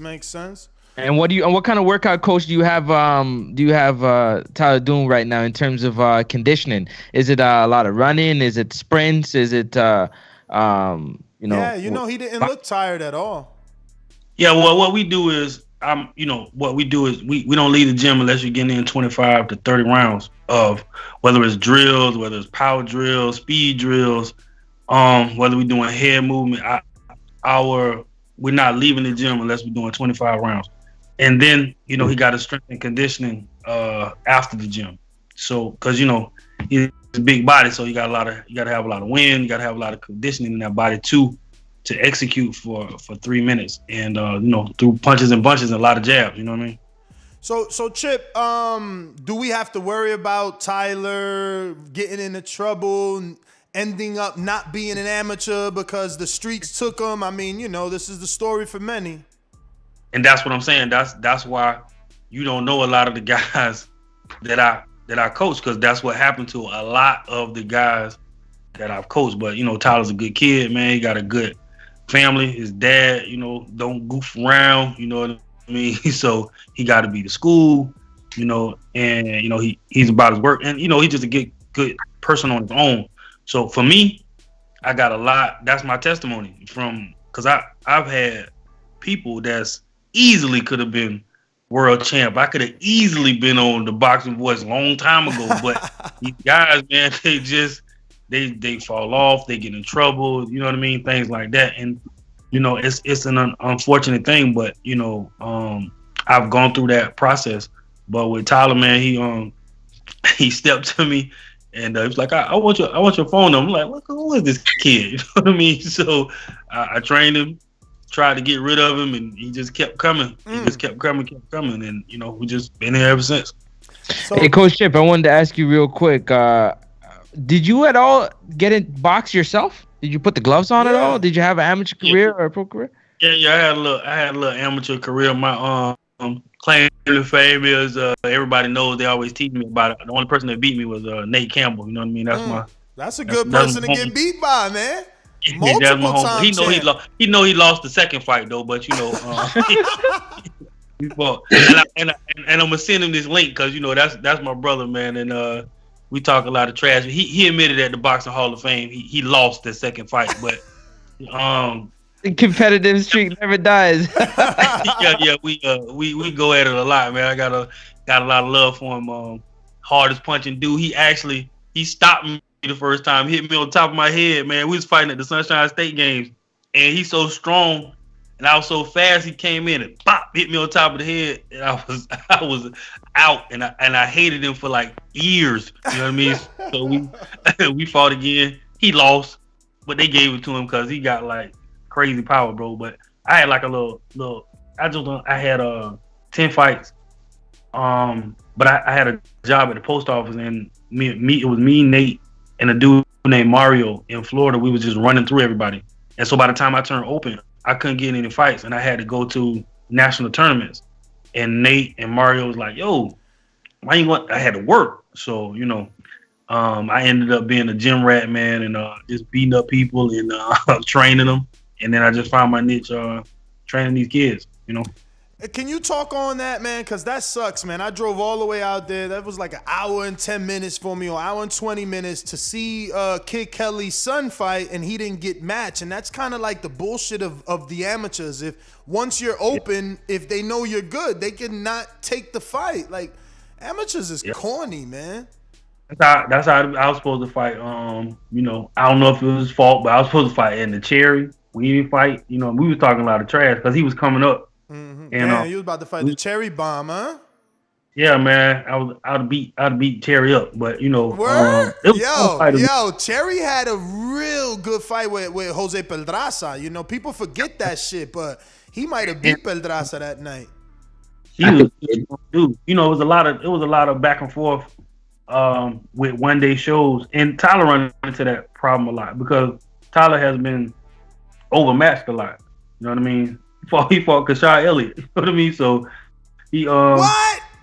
Hold up. Wait, but what? You was smaller? That was my one of two fights at 65. Wow, he beat you? Yeah, he beat me. That was my first open fight. I wasn't ready.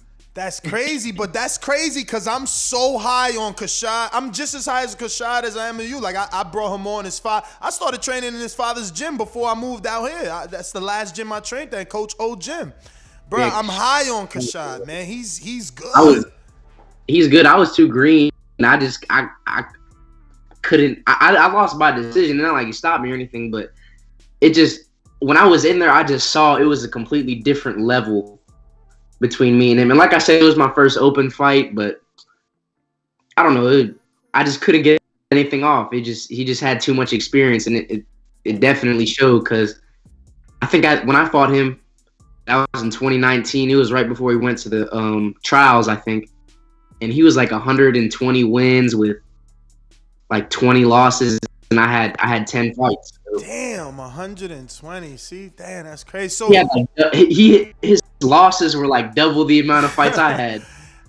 So Chip, I know you told me, but I want the audience to know, so you get your credit when Tyler turns pro. You started him. You're the only trainer, and you had him since the amateurs, right? All his fights. Yeah.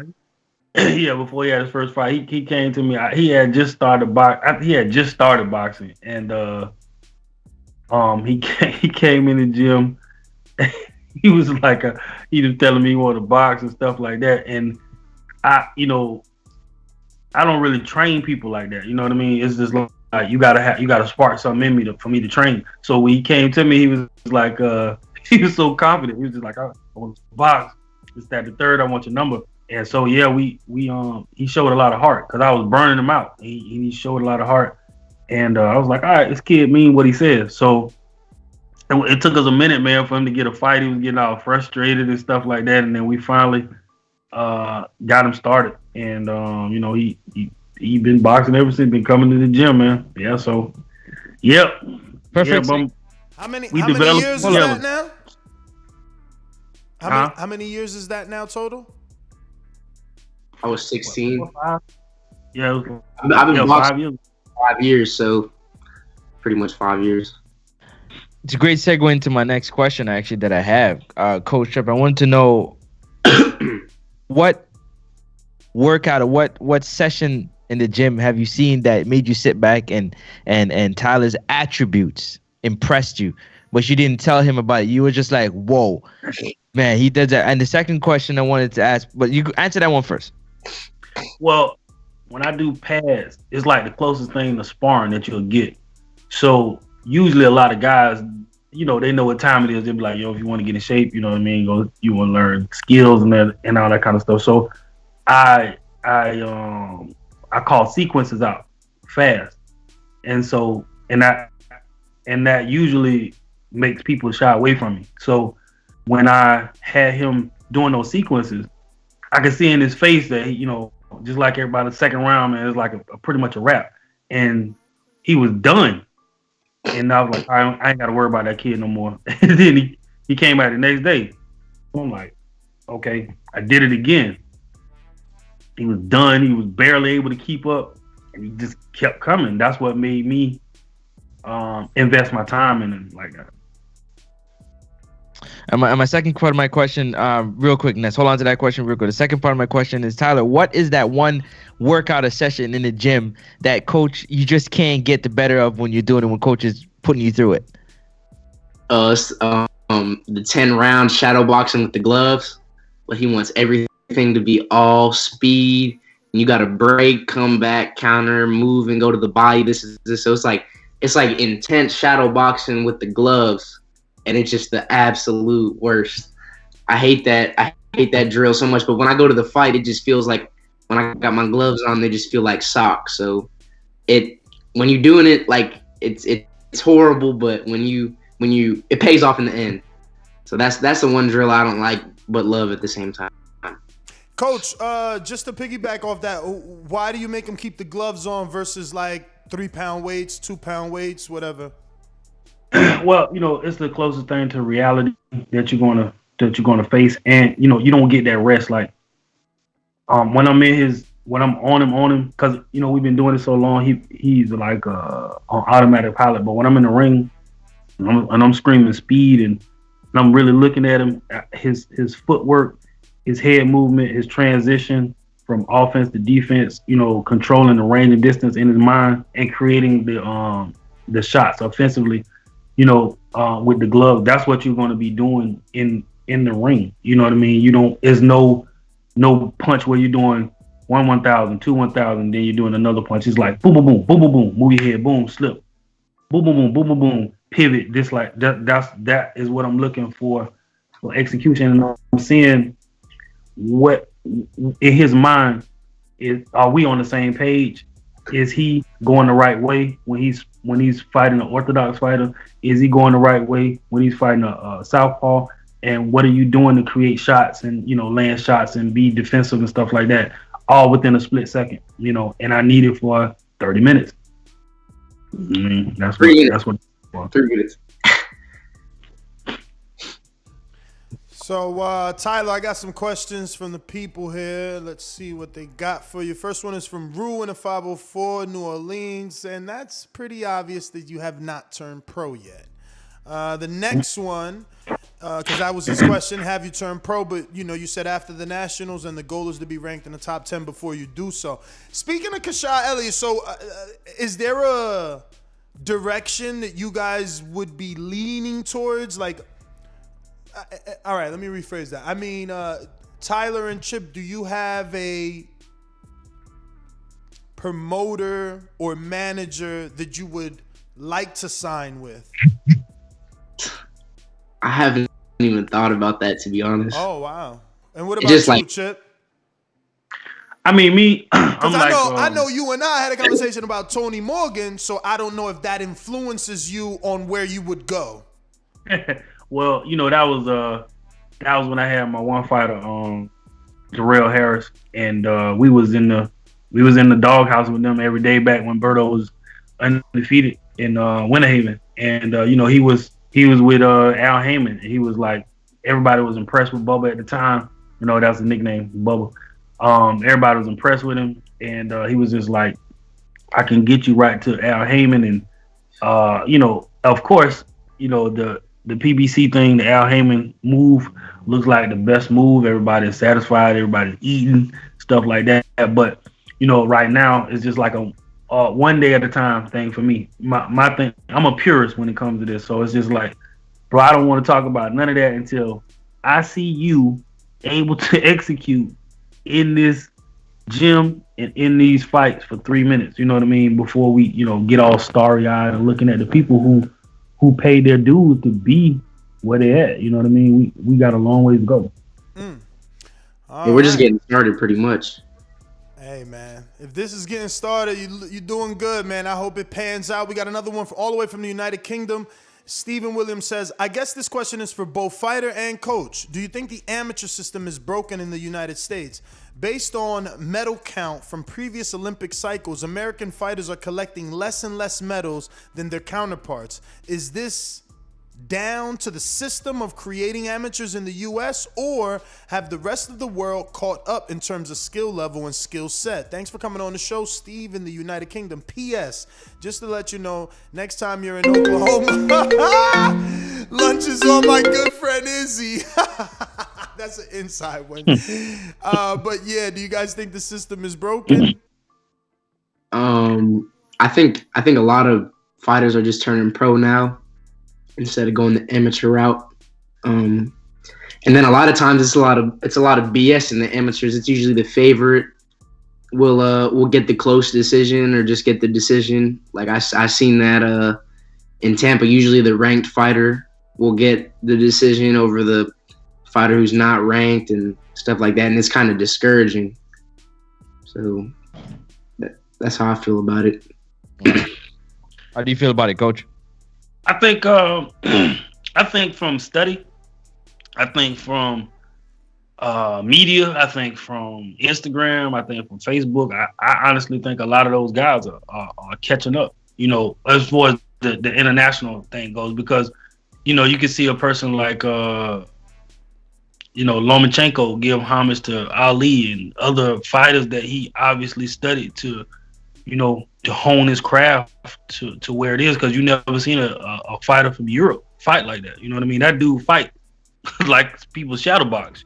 You know what I mean? So, you got people studying the game. You got people that you got people like Tyson who he studied tape. You know what I mean? And everybody like, oh, he hit so hard, he's so devastating. Tyson was smart as hell. You know what I mean? So you got people that's studying. You got people that's really up on their game, and people who are real purists. But on the political side, like Tyler said, you do have a lot of cliques. You do have favoritism and stuff like that. But internationally, when you can't just, you can look at somebody and be like, oh, he's from the pond, he's from across the pond, or he's from Russia, or he's from Ireland. This is gonna be an easy win, like he would be back in the day, because nobody wasn't ringing bells. Nobody's name was ringing bells like that. But now it's different. It's different. You got people who really studying, man, and taking that stuff to heart, and coaches, corners are getting smarter. You know what I mean? You just gotta. It's no easy fight. You know, no easy fight. That's what I think. Next one is from James Valdez in San Antonio. He says, I just hit the follow on Instagram, and so I look forward to hearing your story and following your next fight, champ. Thanks for coming on the best boxing podcast in the world, TBV, hashtag Young Gun. So no question, just a statement and letting you know he's following you now, Tyler. And we got JT in also New Orleans. He says, what's up, coach? Do you have young fighters in your gym? Just in case I'm in town. Also, keep working Tyler hard. He says, also keep working Tyler hard. Yeah, so he's got 2 sons, JT. I know he's, I don't know if they're amateur yet, but he's bringing them up. But I want to say they're 12 and under maybe. He'll text me in the next seconds to let me know the ages. Do you have teenagers? Yeah, we got one, but he's a freak, man. He like, you better be Mozzie team. The kid with the black and gray? Yeah, with the ponytail. He's just tall as hell. You know what I mean? Not the one that was fighting. Yes. Yo, word is born. All day I wanted to tell him that he reminded me of the kid from The Shot that died in the first season, but I was like, nah, don't do it. You remember the dude in The Shot? That's exactly. Yeah. I said, yo, if he let his head down, I bet you they gonna confuse him for him. But whatever. I think Mozzie like 6. He's 16, I think. 15 or 16. His son is only 9. So you ain't got nobody that young, right? No. Yeah, got a gap, man. We got Isaac, who's 14, and Coach, then I think you're covering the mic with your fingers. Oh, my bad. We got Isaac that's 14, and then we got how is Eric's son? 6 or something like that? 7? He's like 7. There's nothing too serious in there on the amateur. It's too much of a gap. But he's still more than welcome to come, though. You know, it's all good.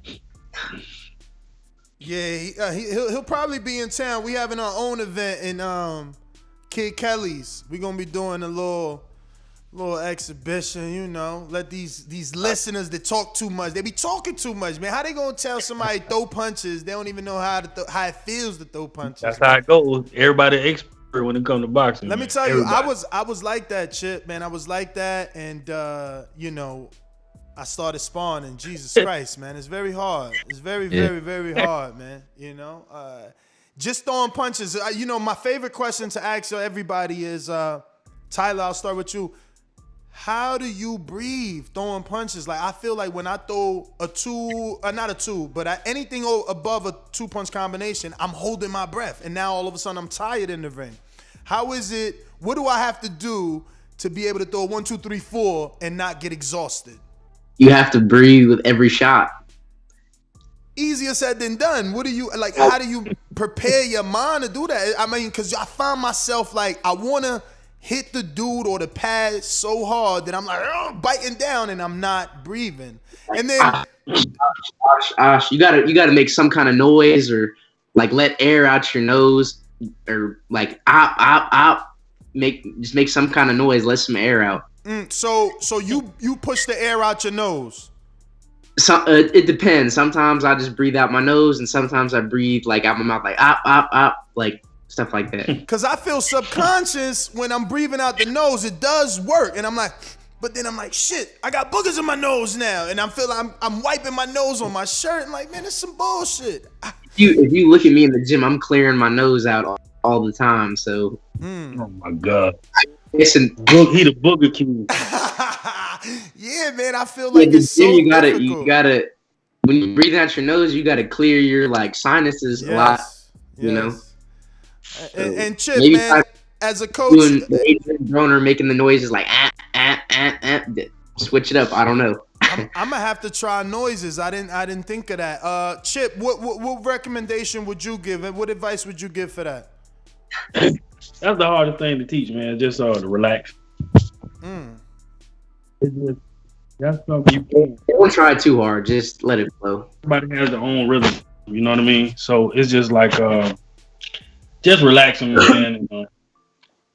That's the hardest thing because some people go, you know. And I was in when I was in Roy Jones's camp. You know what I mean? Stay conscious. Stay conscious. It's loud. Your whole face off. It's loud loud as hell, man. With the way Roy breathes, it's just like he goes like when he hit the bag, like, you know, I get tired. He was one of my people that I really looked up to. I made me tired just trying to do that. So everybody got their own rhythm and got their own style. So, but you definitely got to breathe. Yes. You definitely got to breathe. Find what's comfortable and just do that. Yeah. Man, I find it so difficult, man. That's actually been my question for like the last few months, man. Because it's funny that you answered it that way. We just had another coach from the other side of the world in the West Coast, Coach Cam, and she said the same thing. Try to make noises. If you can't breathe, then make a noise because it'll help you breathe. She said, but yeah, man. Yeah, I wanted to ask a question real quick, Tyler. In your young career, what type of music do you like to listen to when you're working out, running or working out? We'll start with that one first, and let's start there first. I have two more after that. I have like one of the most diverse playlists. I really like, obviously I like rap, like the Lil Baby, stuff like that. Money Man, Moneybagg Yo, stuff like that. And then I also like R&B. Like, you never know, I might play like Nelly Fortunato or some work playlist and all the gym. I might play some R. Kelly in the gym. So it depends how I'm feeling. Barrington Levy, stuff like that. Maybe Ashanti. It just depends. Like, I like, you know, all kinds of music. So as long as it's not like country or like rock and roll or something, then like rap and R&B is what I listen to. All right, and does it change when you are fighting, or is it the same?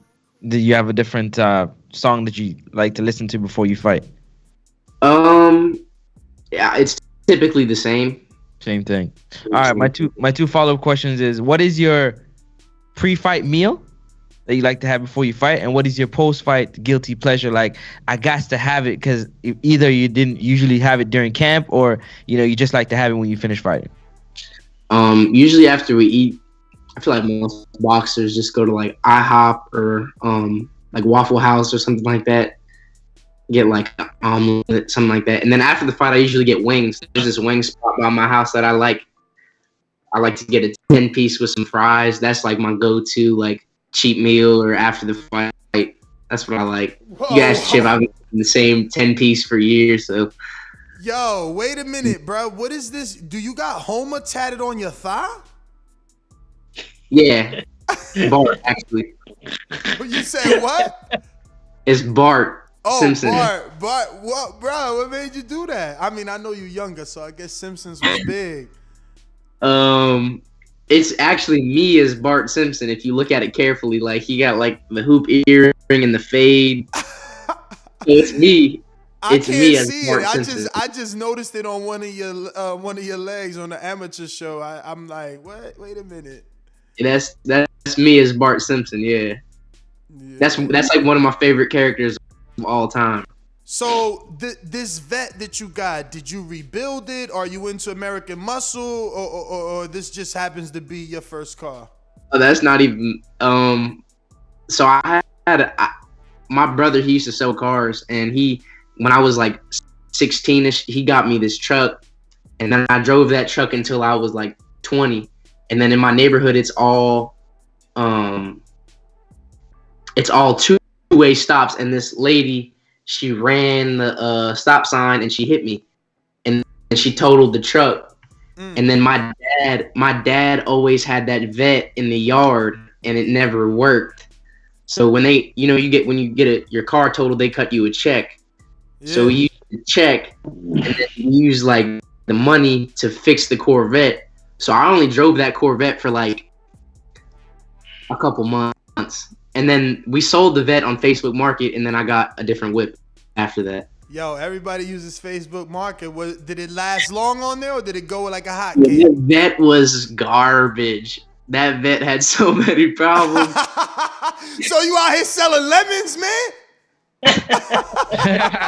Yo, that vet was hot garbage. Like one time I was driving and the brakes stopped working. I would go to Publix to buy something. Like I don't know, the gaskets would blow. Wait a minute. I'm gonna stop you right here and say, don't ever go back to the Bieber cut. I like the mullet way better. You look tougher. This Bieber cut you got in 2019. What the, bruh? Don't go back to this shit, man. What are you looking at? March 25th. I'm screen sharing your IG so people know how to follow you. You're doing pad work with Chip in a gym with red walls.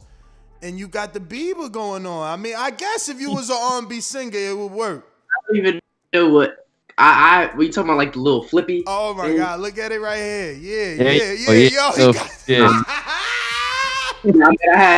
Yo, you had a lot of hair right here, bro. I had a bun. I had a really long flow of hair at one point. No, you had all cuts. I see you now here. Was this like a spiky flat top? You didn't have it all. I'm going through the IG. When it comes to hairstyles, I had it all. Nah, man. Tyler, man, it was a pleasure having you on. Real quick. Okay, real quick, Coach. Real quick. Just before you go, I seen you shaking your head, and I wanted to ask you, getting the opportunity when he was talking about his pre-fight and post-fight guilty pleasure. What would be yours? Oh man, I've been in shape all my life, so I'm getting in my older years, so I eat what I want. But the kids, they keep me motivated, man. They keep me in check. They fat shame me, so right now I'm in the process of getting back in shape. But when I'm not thinking about that, I eat everything. Everything in sight, bro. Everything in sight is my guilt. But they all know Tyler knows, man. My Snicker bar is my guilty pleasure. He'll bring me a Snicker bar, king size Snicker bar. I'm handle that. Yo, I love Snickers, man, for real. I'll bring me a Snicker bar. Have you ever thought of putting on the headgears and gloves and getting back in there again, Coach? I'm sure you don't spar with none of your fighters, Coach. I sparred. The last time I sparred was with Lamazzi, man.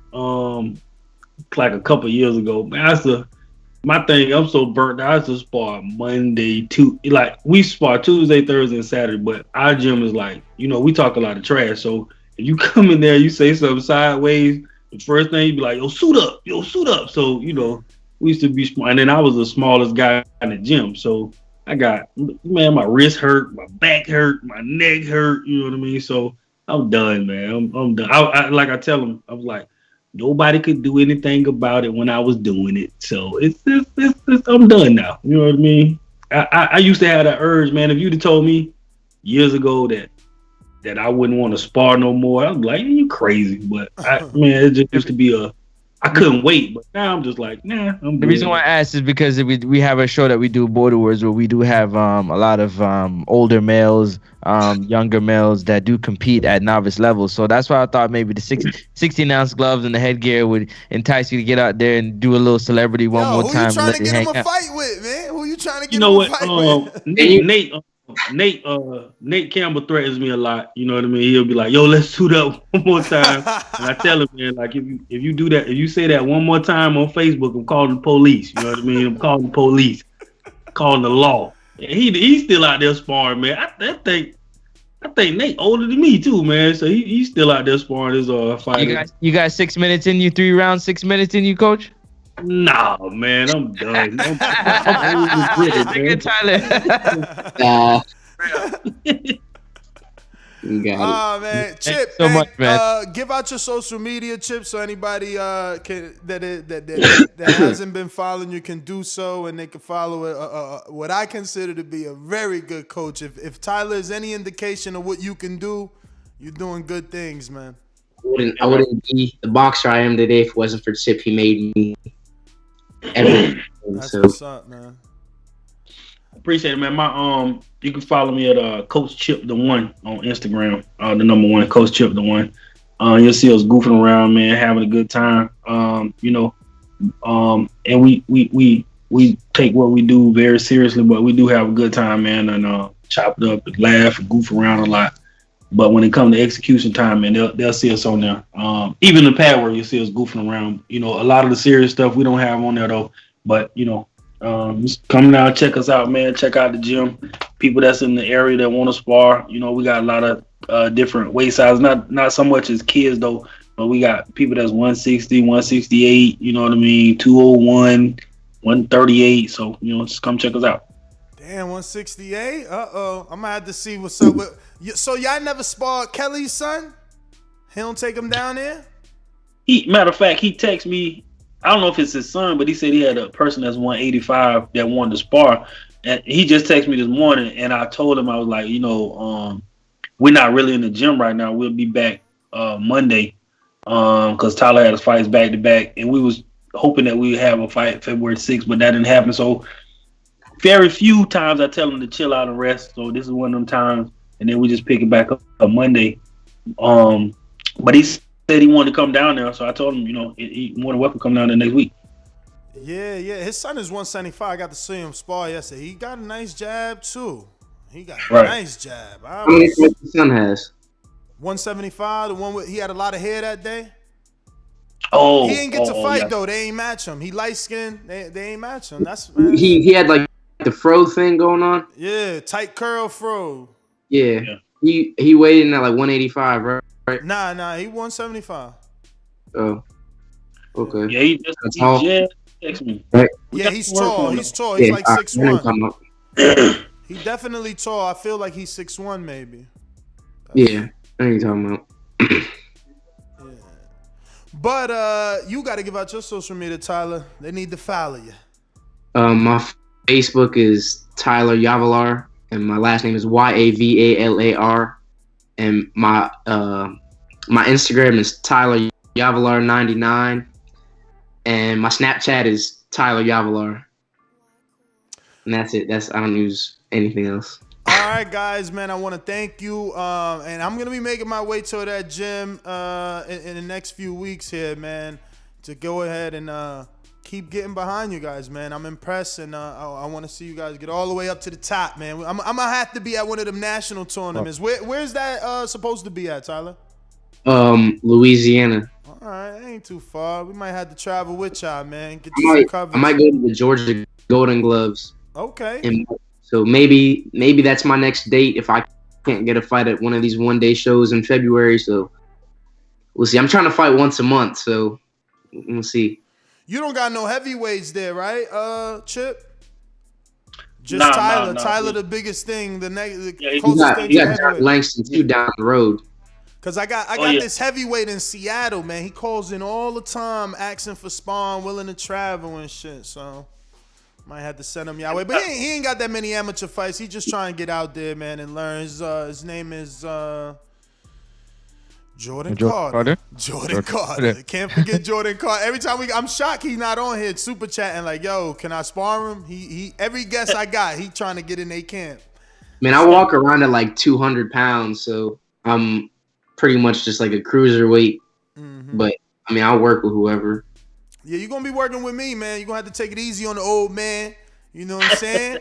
But you're gonna have to work with me, man. Show me how to breathe, slip the jab. I need to copy your jab, man. He's a capper, Tyler. These kids, Coach Chip, don't be. He's a capper. He's capping. Bruh, I'm the only podcast host that spar professionals, man. Like my resume goes like Porter, Nicholson. I mean, I'm about to throw Tyler on the resume, man. I'm coming for all the big names. Man, I didn't even know you were that big. Like when I seen you after the fight, you were talking. I'm like, "Yo, who is this?" And when you took the mask off, I was like, "Whoa, but man, I didn't know you were that tall." Yeah, man. I feel like I'm thin, man. I used to go to Wilder's camp, man, and he's 6'7", 235. I'm 250. Right there. Sorry, there he is right there, Jordan Carter. Ah, there he is right there. Yo, yeah, so I'm 250, but Wilder's 235. He be looking so much bigger, muscular. I'm like, man, how the hell? So, yeah, I'm doing something wrong, man. I got to get over there with Chip, man, because your shoulders look crazy. Is that natural, or he got you doing strength and conditioning or something? Because you actually do look pretty buff, man. You talking about me? Yeah. You got nice shoulders, bro. Did you hear that? I'm going to have to hear that all week. Yo, Chip never wants to give me credit on my physique. You don't think his shoulders pretty, like, brolic, man? Nah, Chip? I mean, I've been looking at it since he was in the 10th grade. I guess I don't see it. Yo, man, Chip never wants to give me credit on my physique. You just made my Nah, man, I thought Oh you my looked God. very good that day, man. And yeah, man, that double jab, man. I gotta come get some tips off that double jab, man. Shit, I need some of that. But I mean, it's his footwork though. It's more than a jab because he's pretty fast on his feet. It's not like he's throwing a jab in place. He's actually moving with it. So yeah, man. Yeah, the plan is to be like a really agile 201. Yes. Because a lot of the dudes at 201, they're real strong, but they're kind of slow. So the plan is just to beat them with skill and speed. That's the plan. And, you know, obviously power, but you know. Definitely. But I do strength and conditioning 3 times a week. Oh wow. And then after practice, Monday, Wednesday, Friday. Monday we do chest and tries. Wednesday we do back and buys, and then Friday we hit legs. So you guys are actually using weights too. Well, me and my best friend, he's really into weightlifting, and he's like my weightlifting, strength, and conditioning coach. But yeah, I lift weights. Okay. Yeah, no, definitely you could tell that in the shoulders, Chip. Stop lying to the man, Chip. Hey, I'm good. He all right. Yo. He all right. I'm never gonna let this one go. I'll be like, yo, Chip, man, the boxing boys, yes. I'm about to see. Nah, yo, so what's sparring days, man? Anyway, I'm going to text you, man. I want to make sure I get to see him in the ring again, man. This guy looks good, man. I want to thank you guys both for coming on, man, and anything we can do to help you guys along the way, we will do for sure. We appreciate you guys. And, Chip, I appreciate you, man, really, you know, taking the time to do what you do, train these young men, and you know, this guy, I hope we could keep talking about him years to come, man. I want to see him turn pro. Yeah, man. I definitely appreciate y'all reaching out, man. And you know, we like I said, man, we just taking it one day at a time. And you know, like he said, I never give him credit because I'm just like, you can always be better.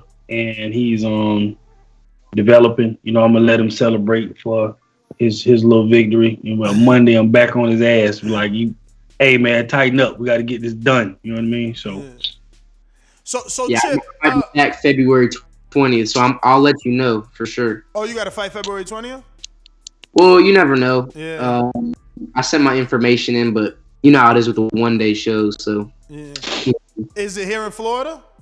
Yeah, it's in Clearwater. Okay, we're gonna bump into Keith. Hey, Chip. You ever been down as far down as like Miami and Hialeah to get work for him? Yeah, well, I went down. We went to 5th Street Gym with Dino, but it was he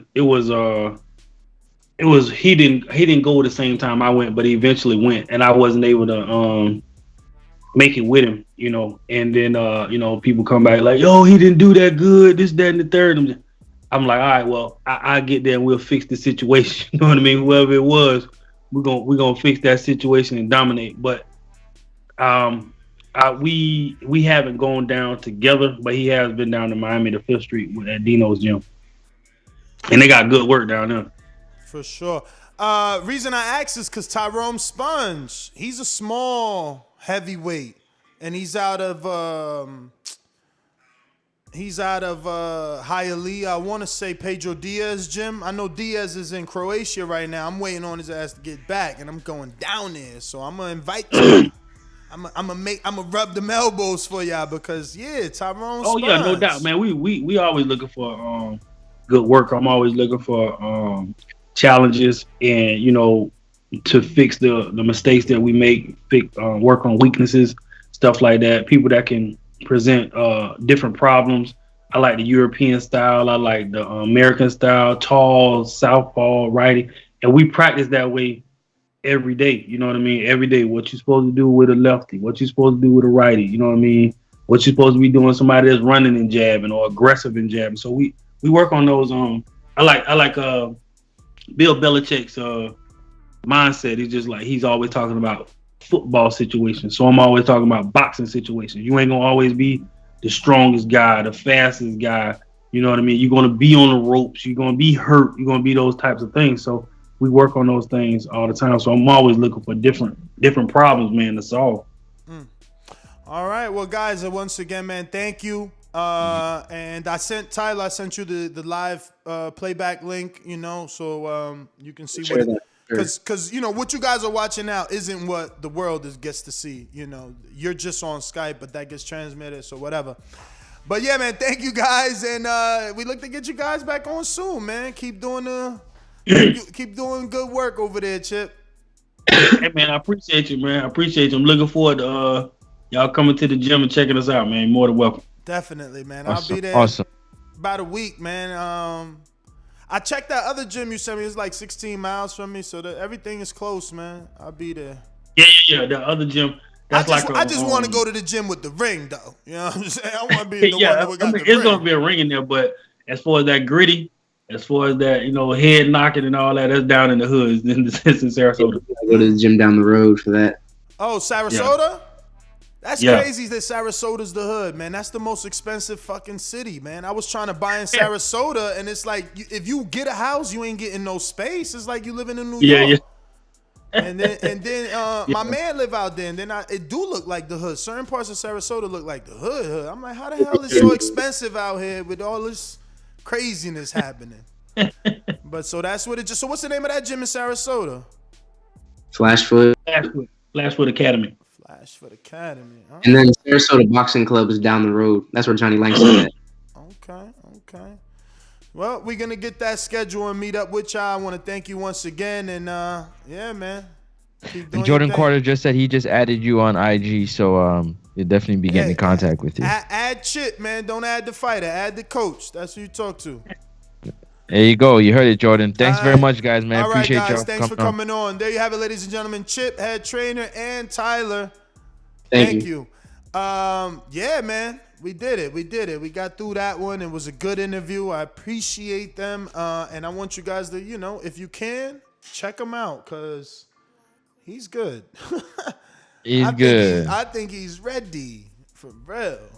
But I get him. You want to get those nationals and as many accolades in amateur as possible. You get that signing bonus, man. But we're going to go out to these callers. Remember, we got Keith Thurman at 2:30. It's not over. We rocking out. And then tonight we going to have Ken Porter. I was talking to Ken. He ain't tell me don't tell y'all. But he was, he trying to get in there with Bob. Remember, he was supposed to talk to Bob. And, yeah, he put about 3 calls into Bob yesterday. So hopefully between yesterday and today, Bob them hit him back and we could get some answers on this Ken Porter. You remember he was told by his son to get that fight. He wants that Terrence Crawford fight. He felt that was a legacy fight. So we're trying to get Ken Porter on the show today. Was supposed to be yesterday. He had a dentist appointment. Thurman's on today. We also got Victor Morales on today. Adam Blue Nose Lopez on today. So we're just rocking out, man. I'm going to go through these super chats real quick and get on out to the callers. The first one was from Luminous P. He says, you quarantine for 2 weeks after each dose because it takes time for it to work in your immune system. After the couple of weeks, you're good to go. Francis, the praying mantis. I guess that's for you. I guess maybe wherever he's at. What's next? We got Jordan Carter says, I'm always on, like Bill Haney. And you got to his other one and he said he added him. All right, we're going out to the callers, man. Those are all the super chats. You didn't give the rundown at the time. What time? To the people of, you only gave the rundown I mean, Blue Nose is at 7:30. Victor Morales. Adam Lopez is at 7:30. Victor Morales at 8:30. And my man Ken Porter is at 9, which means 9. 9. Yeah. We're going Let's out get out to these the callers, man. Callers. Yeah, y'all don't forget, man. Don't forget. These calls are brought to you by El Camino Electrical Services, experts in electric vehicle charging stations. For consultations and turnkey installation, visit us at elcaminoelectricalservices.com. All right. Remember to rate us 5 stars on Subscribe iTunes. to youtube.com/theboxingvoice for the latest and greatest interviews with your favorite fighters. Fly in my house, bro. I hate that shit, man. Try to catch you. Tight right now with these fly. You already know what it is. You're in the jungle now, man. My about to murder this dude. Yo, David Maldonado. Que lo que? Yo. What up, what up? Yo, first of all, congratulations on you buying the house, man. That's a good power move, dog. Straight up. Thank you, brother. What's the topic of today? The topic today is Charlo, Jermall Charlo versus David Benavidez. But he does say he has to get vaccination if their fight is to take place. What is your thought? Why he got to take the mark of the beast for, man? Get out of here. If Charlo's already vaccinated, then David Benavidez doesn't need to be vaccinated. But if that fight happens, they should make that fight happen in September, because I heard Canelo is gonna fight Caleb Plant in September. That'd be a perfect idea to have them both on the same card, being that that's PBC, you know? Right. And that's the only way that that's the best way that Charlo should go about getting a Canelo fight, if he could fight Benavidez, being that he's Mexican, he's from Texas. They should do that in Texas. I think Charlo would destroy him too. And then let Charlo go in the ring and call Canelo out so we can finally see that fight. As far as who wins that fight, I think Charlo would do him like the way Floyd Mayweather did Diego Corrales.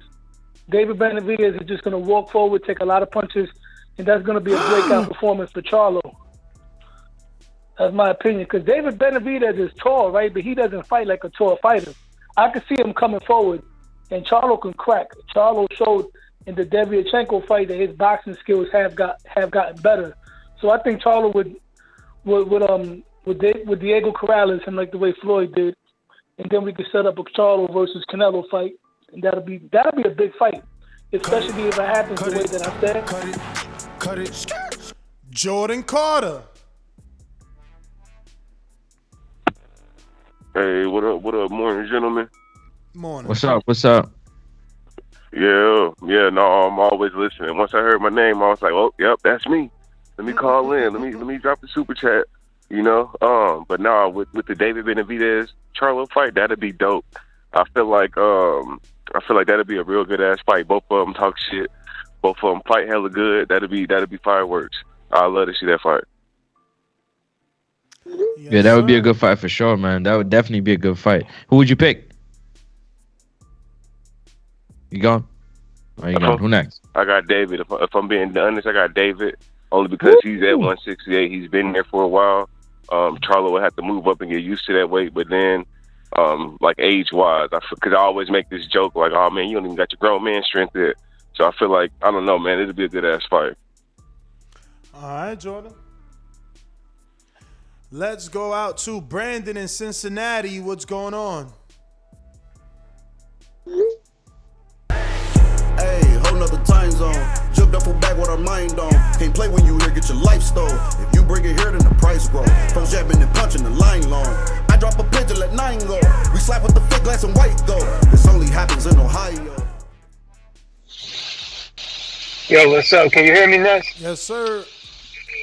What up, Ness? What up, Francis?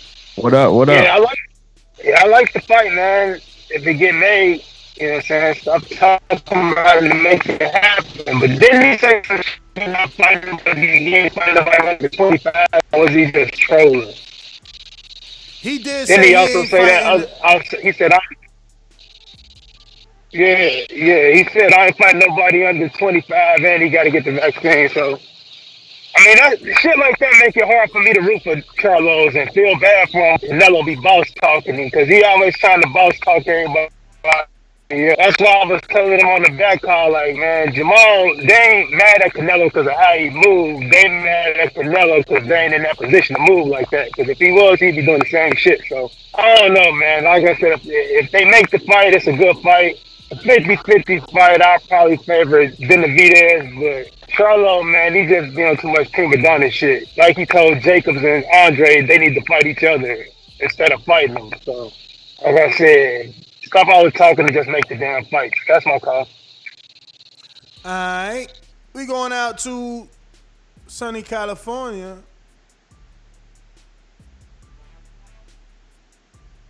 Mr. Info Joe.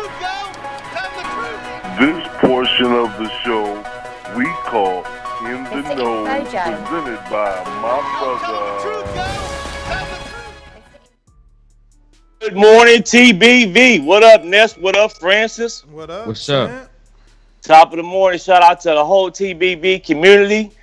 On the topic, man, I heard the long rant, man. Sometimes I be thinking them dudes be drinking, man. But because it just be rambling, just a bunch of rambling, just one-on sentences, man. But he did say that he wouldn't fight Benavidez because he's younger, and he did say he had to take the COVID. I'm not sure if I even want to take the COVID test, man. I remember in the 70s, man, they gave 400 black men syphilis and knew about it. So I'm kind of optimistic about taking the test.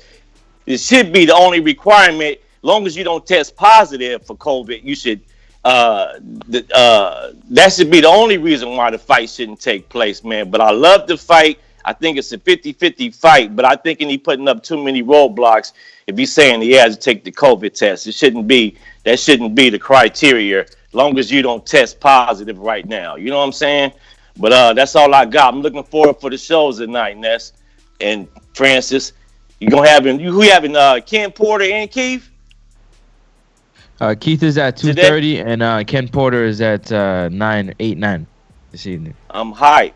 Hey, y'all hit them thumbs up. You listening to the #1 pound for pound boxing podcast. Peace, gentlemen. All right, info, Joe. We got Corey, North Carolina.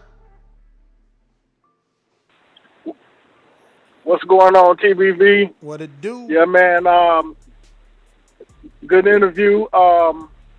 And then as far as the topics, man, I like both of them dudes, man.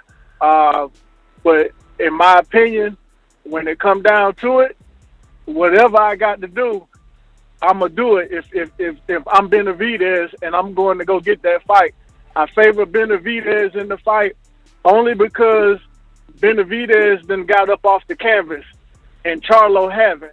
And I feel like if Benavidez take Charlo into them deep waters, as far as dropping him or hurting him, that's something he ain't never experienced before, and we're going to have to see how he handle it.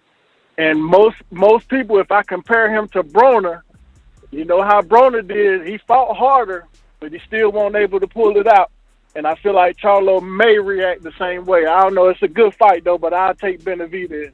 Y'all enjoy y'all morning. I'm going to be rocking with y'all all day today, man. Got a long day. For sure, champ. Is he talking about the 4-division world champion Adrian Broner? I mean, I guess. Okay, continue. We going to New Orleans. So you hating? I'm that guy. What you want to bet on? Bet 100,000 on that. Let's bet $1 million. You getting that money, right? Easy. Let's bet $1 million easy. And I for the bread. When I him, y'all gonna say he was too weak on my life. Okay, bow down, bitches. I'm about to handle business. I'ma teach you all a lesson. This'll only take a minute. Got a part in all this passion in my blood. Niggas hating just because. Think about it. Everybody love Bud. J-Mac, where you at? All these niggas hating on me. Shit is whack. So efficient with it. Only check stats. Hey, I'm out here trying to get it. That's I only got a minute. Get ready for the back attack.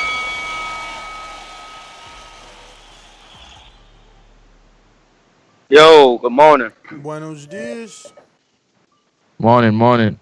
I don't have too much on the COVID topic. I'll take two of my calls. I'll leave one for. I don't have too much on the COVID. If Charlo did it, I don't see why it'll be a big thing for Benavidez to do it. But if Benavidez have a problem with it, they gotta cross that bridge. And whatever the negotiations fall on, I will favor Benavidez against the Charlo due to the fact of Benavidez fighting bigger guys. Charlo moving. I'm not saying he won't be able to compete against Benavidez, but I think Benavidez has the faster hands. He's the better boxer, and he's a strong dude. He's a decent boxer, but he's not with punches and being in there with a guy that's slightly bigger than him that can box. I'm how I am now. It's going in. Hello. Oh shit! I don't know. Am I talking clear now? Yeah, that's good. Yo. Okay. Like, like I was saying, I think the bigger Benavidez having the faster hands and being a better boxer would take the fight into deeper waters. And Charlo struggle with the Benavidez. So I would favor Benavidez, but I will look forward to the fight. All right, we going out to your hermano. You know how these bitches is in the sport. Total disrespect.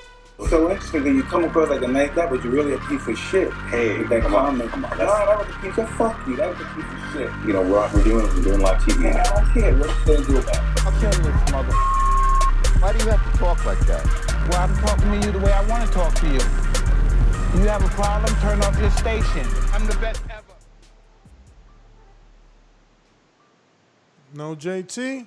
Majid Orlando.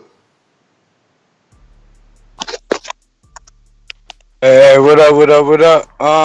Everybody needs to like the video, subscribe to the channel, and join Patreon. I know that YouTube members for something. But hey, Ness, man, I remember it was months ago when you was talking about Canelo and everybody challenging him wanting to fight. You had said one simple thing that I definitely agree with, is that people need to make their own path. So when it comes to this Charlo versus Benavidez, I really hope this fight happen, because I'm like, if they want stuff to be on demand and for these big fights, this big money, this is the first step to it, you know? So they need to make this shit happen however they could, because other than that, most of their opponents, that ain't going to bring public demand for shit. But yeah, man, that's all I got. All right, thank you for your call. Thank you for your call, Majid. Yo, Pete Ulgas. This is his statement, and I quote: "The WBA removed Manny Pacquiao, the most famous active fighter in the world, to elevate me to super champion. Grateful with this recognition of my work and this moral victory. Pacquiao is a legend. I respect that, but this is my time." Yeah, yo, shout out to Ugas, you know what I'm saying, for believing in himself. But I posted it up, but shout out to you for not even paying attention to all the work I'm putting in. You know what I'm saying? But it's all good though. I'm gonna put it out here to people. You posted what? That posted that post up and a whole bunch of other things, but And it's you all. talking about in the pre-pro? Yeah, in the pre-pro. I seen it. Yeah, but that quote right there is, hey, listen, he's a full. You just said it yourself 2 days ago. He's a full world champion now. Like, there's no ifs, ands, or buts about it. Regular or not, he the super champ. He the champ. So he's feeling good, man. He's looking good.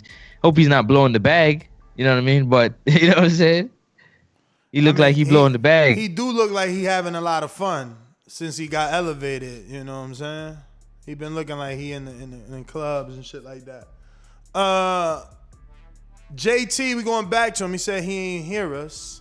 Somehow he ain't hear his intro either. And now he's gone. Greatness, I might have a fight for you. I'm waiting. I mean, actually, I need to holler at you. So after the show, holler at me. Ha. See how that work? See how that work right there? See how that work? JT. Coming to me, yo, you can hear me? Oh shit! Now we got everybody on. Yeah, we hear you, JT. Yeah, my phone had cut off. I don't know. We talked. That was a good interview. Ness. But shout out to that dude Tyler. I think you messed up my question. I must have worded it wrong. But good interview. Wish the dude the best. And I'll take him up there on that offer. If I'm ever out there in Florida with my boys. But if we talking Charlo versus Benavidez, I think that's a good fight. For September, I favor Charlo to win. I think it's an action-packed fight. I think both of them fighters are not scared of each other. They're willing to fight. It's gonna be a good mix-up. You got Charlo, the strong, relentless type of fighter. Same thing with Benavidez. I'm picking Charlo to win the fight, a close fight. What else we was talking about before the interview came on? Nah, just that. Yeah, but like I said, I got Charlo winning that. And you know what? I think it'd be kind of cool if Jermall Charlo fought the big brother. I know the brother fight at 147, but he a big dude for 147. So I know Jermall was going back and forth with the other brother.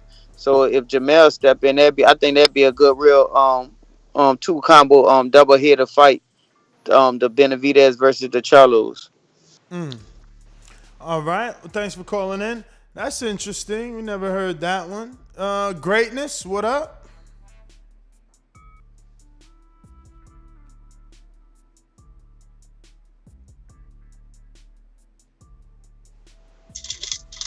Yo. Yeah, y'all can hear me clearly? Yo, what you weighing these days, B? Come on, man. Let's talk to me, man. Who's trying to strive for greatness, man? I've been up and down in weight. I've been at 180. I've been at 160, 170. Talk to me, man. I mean, you saying you could get down to 160? You got 37 days left. Yes, man. You know who you talking to, man. Who's trying to strive for greatness? I mean, you might have that dude Brian Franco. That's all we got for you, man.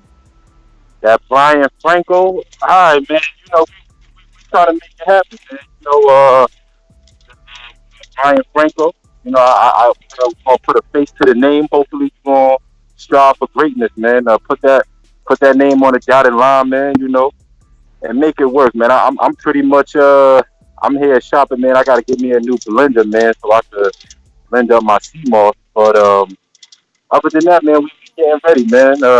As far as the topics, I don't have anything towards the topic per se. I'm happy that Border Wars is close. It gives us something to do in between these big fights. You feel what I'm saying? But yo, Ness, man, do your thing, man. Set that up, man. For sure, I'm on it. You know, I got Jordan some sparring yesterday. You know what I'm saying? Jordan Baker. You know what I'm saying? I'm on it. You know what I'm saying? I'm out here making shit happen, man. We going out to Bruce. Bruce, what up? What up, Bruce? What up, man? I think that Bruce, man. Hold up, Bruce. I thought you was taking a fight on Border Wars, man. Oh, you said you had a tournament. You had a nationals. Which one is that? In Louisiana? The same one. I heard you say you might be there. That'll be cool. Wait, so what weight you at? 78. Oh, I was about to say, stay away from Tyler. Now I'm fucking with you. Man, please. I ain't see you yet. Not, I'm fucking with you. I ain't see you yet. No, it's all good, bro. I ain't tripping. But the whole, you know, under 25 ain't fighting nobody, and you gotta take a COVID test. Charlo can't talk like that. Even though I don't even think Benavidez has fought like super stiff competition at all. I think Charlo will beat him, but I don't know if Charlo think he'll beat him if he's talking about he ain't fighting nobody under 25. And he got to take a COVID test. Charlo got to get that same kind of heat that Teofimo and everybody else get when they start talking crazy. Either you fight or you ain't, man. All that extra barriers and shit, everybody got time for that. But that's the call. All right. Yes, sir. Valdez, what up?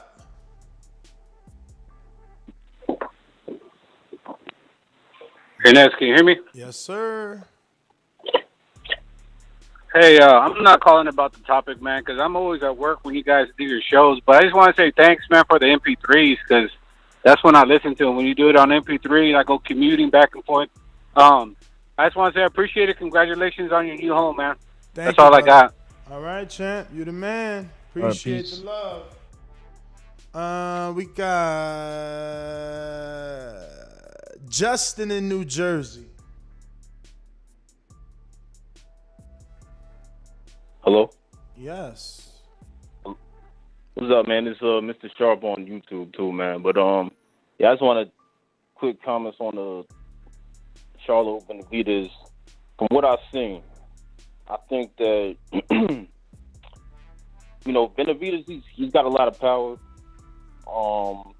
I think Charlo definitely has a better jab, better footwork. He can get inside, but you know, only thing is Charlo's got to stay off those ropes with Benavidez, you know, because he's got, you know, I've seen him crowd guys on the rope, definitely, you know, give him that work. So, you know, it'll definitely be a good fight.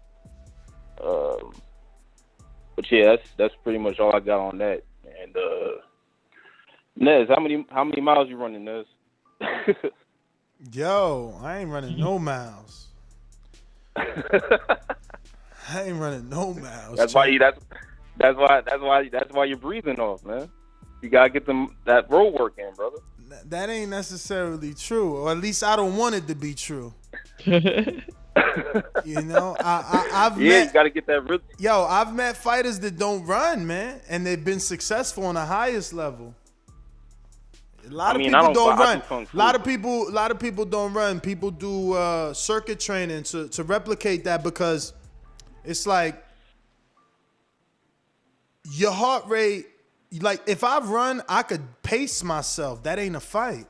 You know what I'm saying? So Mitty had me doing different type of running. What was his shit? He had me doing like I think 3 minutes, which is insane. He wanted me to run 3 minutes at an 8 on a treadmill, and then, you know, jump off of it. Sprinting.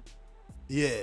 But for 3 minutes, man, that ain't no fucking sprint. Who sprints for 3 minutes? Mitty tripping. He tried to kill me. Hey, man. What? So you out here sprinting for 3 straight minutes?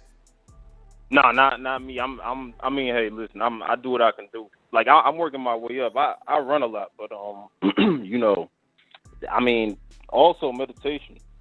I do kung fu, so like, you know, I meditate. That can help with your breathing too.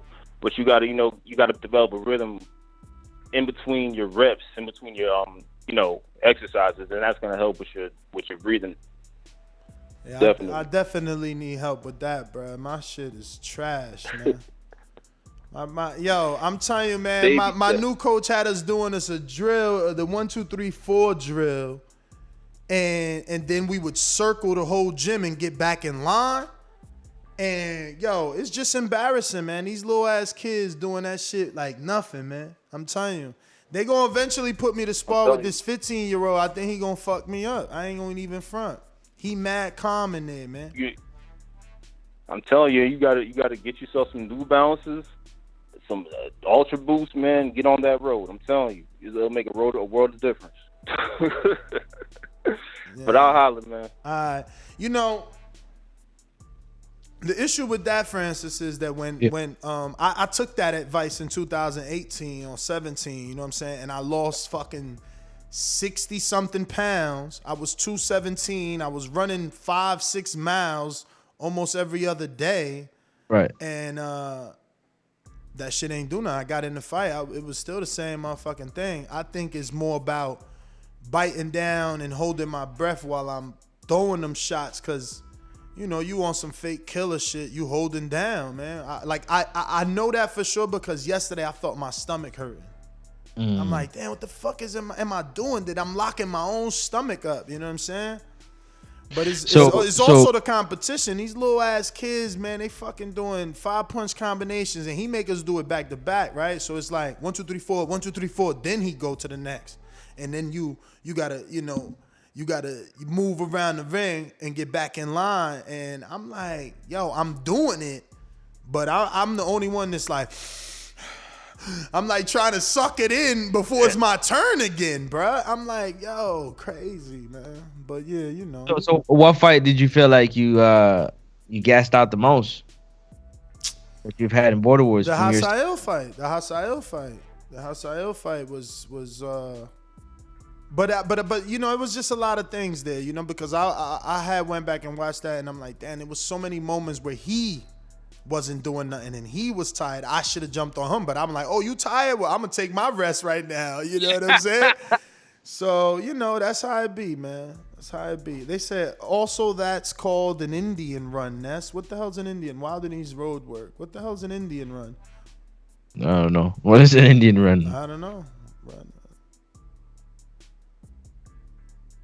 Yeah, that's what it is. It's breathing. I guarantee you it's the breathing. He said we gonna work on it today though. He gonna do some drills for me on the bag, and we gonna work on breathing techniques on the bag, and he gonna watch me today, because I had to fess up. I'm like, yo, I need help, man. I'm not fit. Like, for the amount of work I do, I shouldn't be that tired, man. I work out like I'm them young kids, and it just ain't translating. So let me ask you a question real quick. People blaming it on my lungs. What about all the millions of marathon runners that smoke weed? Get your dumb asses out of here and Google something. There's plenty of all the basketball players that runners smoke high. weed. The phrase "runners high" is two different things. You get a high from running and people that really run high. Google it. Believe me. No. Google it. No, I know. That's why I'm laughing at whoever that is saying that dumb shit. But I was saying to you, being with this new trainer, like I know you're very picky about the things that you're doing. Like, give us an insight into like how you are you getting comfortable with him? Are you trusting him? I mean, what are you gonna do? I ain't got no choice. I really don't want to. Like, I would. I'm gonna fuck with Chip, but I feel like I already put my flag in this guy's gym. So I gotta let him fuck up for me to move on to Chip's gym. I met Chip through him. You know what I'm saying? Like, he invited me to the tournament and I happened to see Chip and his fighter. So I don't want to just spin off on his gym. You know what I'm saying? I'm gonna see what he got. But I'm gonna visit Chip too, man. Chip looked like he got it, man. Chip looked like he could teach me something. You know? I like that. And others. Yeah. Stick Talk Boxing, what up? Francis, what kind of juice does your fighter drink? Your trainer drink? What the hell is Doomy? Somebody hacked Doomy's account today. His comments been weird. Weird. What was the last one Doomy said? So what's my nail polish I like? Yeah, what was your nail polish? I think somebody hacked poor Doomy, man. What the fuck? Stick Talk, you ready? Hey, how you doing, brother? How you doing? Yo, quick question, man. Good show. I ain't got nothing. I ain't gonna fuck with you today. I keep hearing you mention Kid Kelly. Is Kid Kelly the Dominican guy that used to have a gym in Brooklyn? Yeah, that's him. Oh shit, you down there with Kid Kelly? All right. That's your man. You trained with him before? No. We he used to do shows. He had a big gym that Zab Judah took over when he left. Yeah. He was telling me that he did a lot of shows out here.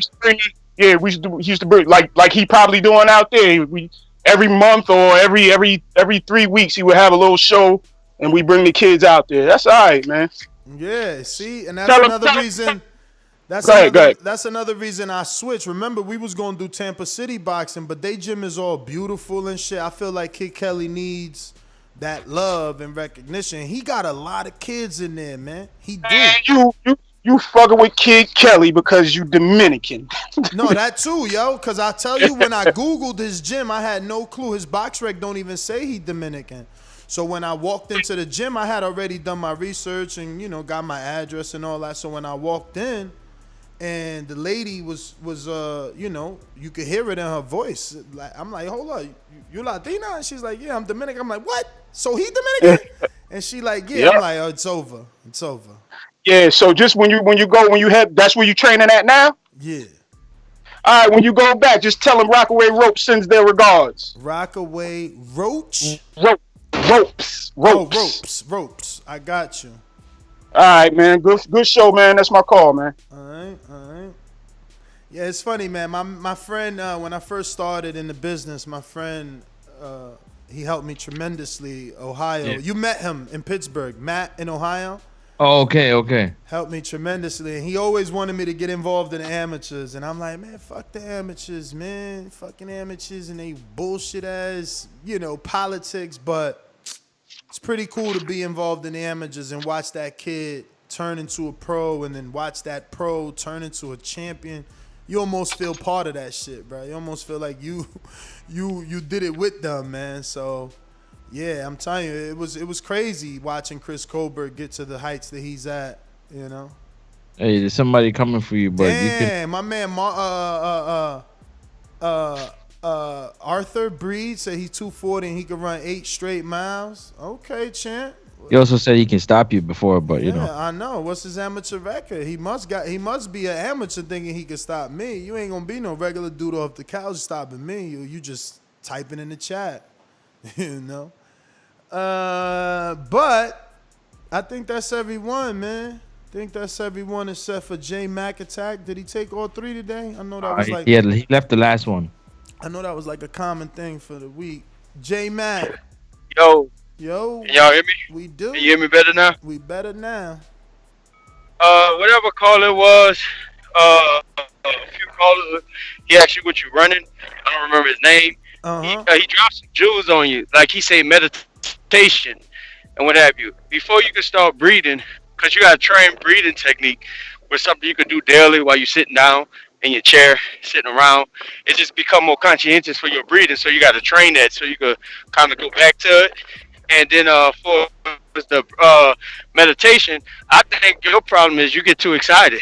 Out of this fear and your adrenaline rush, and you can't control it. So once you you up like that, it's hard for you to take control of your breathing, or you forget to breathe. Well, you say going to different trainers. At this point, you've been struggling with that, so I will focus on the trainer that can tap into that a lot more. So like I said, meditations, find something that relax your brain. If it's music while you shadow boxing, if it's just breathing technique, working on it 3 to 4 times a day, becoming more conscientious on how you breathe, so you can learn how to flow that breathing through your nose. If it sounds and what have you, that got to be worked on if you don't have that. Hold on, don't cut him yet. Don't cut him yet. Ah, man, I wanted to ask him a question. Go ahead. Hey, Coach J-Mac, I wanted to get an update on Supermax and a weight check if possible. Is he in, man? You know his fight ain't. Is he in? I sent you the thing. His hands up. Like, is he in? Is his opponent in? We don't even know about that fight. To answer that question accurately, since we're doing some lightweight pad work and what have you, Supermax said y'all will find out when y'all need to find out. That's my answer.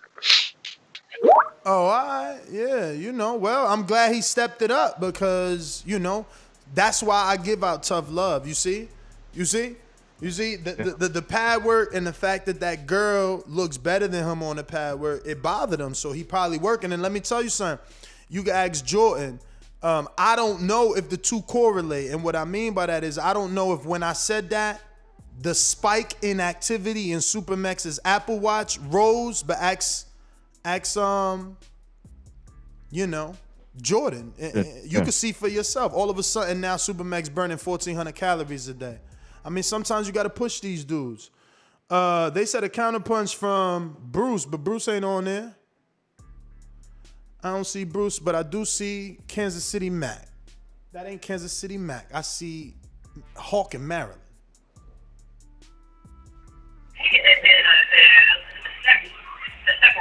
Hello? Yo, Doomy's definitely hot. That's a fake Doomy. That's a fake Doomy. I'm about to check that shit. That's a fake Doomy. We hear you, bruh. Oh, no, that's a real hey, Doomy. what's going on, fellas? What's up, Francis? What's up, brother? Man? What up? Ain't too much, fellas. I like that fight. Charlo and Benavidez. But the thing, that Benavidez, I don't know if people really know. He was a real big kid when he was a kid. He was real big, and he was out there boxing grown men. The grown championship men years ago. So he's got a lot of skills and a lot of talent. So I don't know. I really like to see that fight. I like that fight. I just think Benavidez might have the edge on experience and stuff because he's really been around boxing for a long, long time. It may be longer than what Charlo know about, but yeah, I don't know. I like to see that fight. But great show, fellas. So y'all gonna have Keith on today, huh? Yeah, later on at 2:30. 2:30. I gotta catch that. That's that man that can sell a fight. I'm telling you, and he can fight. So I like Keith. Yeah, I like Keith. So 100 for you fellas, and thank you for the show, fellas. All right, Bruce. All right, counterpunch. What up, man? I don't mean no disrespect. Don't take no disrespect from anything I'm saying. But when you're about to box, are you be afraid, or are you nervous and stuff like that? I mean, I think that I'm always nervous, and I ask fighters that question, and I feel like some of them answer it truthfully and some of them be lying. The truthful boxers, they'll say, yeah, you always get butterflies before you get in there, and that's what I feel. You know what I'm saying? I always feel that. You do. That's true. You do, but you got to be able to. You got to be able to relax, man. You can't be too. That can't paralyze you. You know what I mean? But again, I think it's beyond fear because I'm experiencing it in pad work, right? So I think it's just the sequence. I think it's the sequence. Me doing more than a 1-2 is causing me to hold my breath.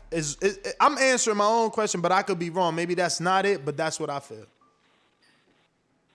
Nah, I mean that. Yeah, you just. I don't know what to tell you, then, because usually, in my experience, it's just when people are real nervous. Because if you take an open fighter and you put them in there with a novice, that they can handle, that they've handled before, they do fine. But when they about to box somebody that they can't handle, they all, you know what I'm saying, hold their breath, and it's a lot of different things, man. Yeah. But if you can't breathe past, then I don't know, brother.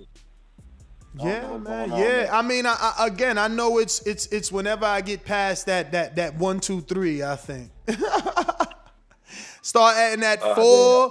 Like he want me to do the 1, 2, 3. What is it? Slip 1, 2. You know, and then he might want to add something else to that. I'm like, hold up, man. We huffing and puffing right now. You got to get out of your own head, then, man. Mm-hmm. You got to get out of your own head. That sounds real basic, but. You got to get out of your own head.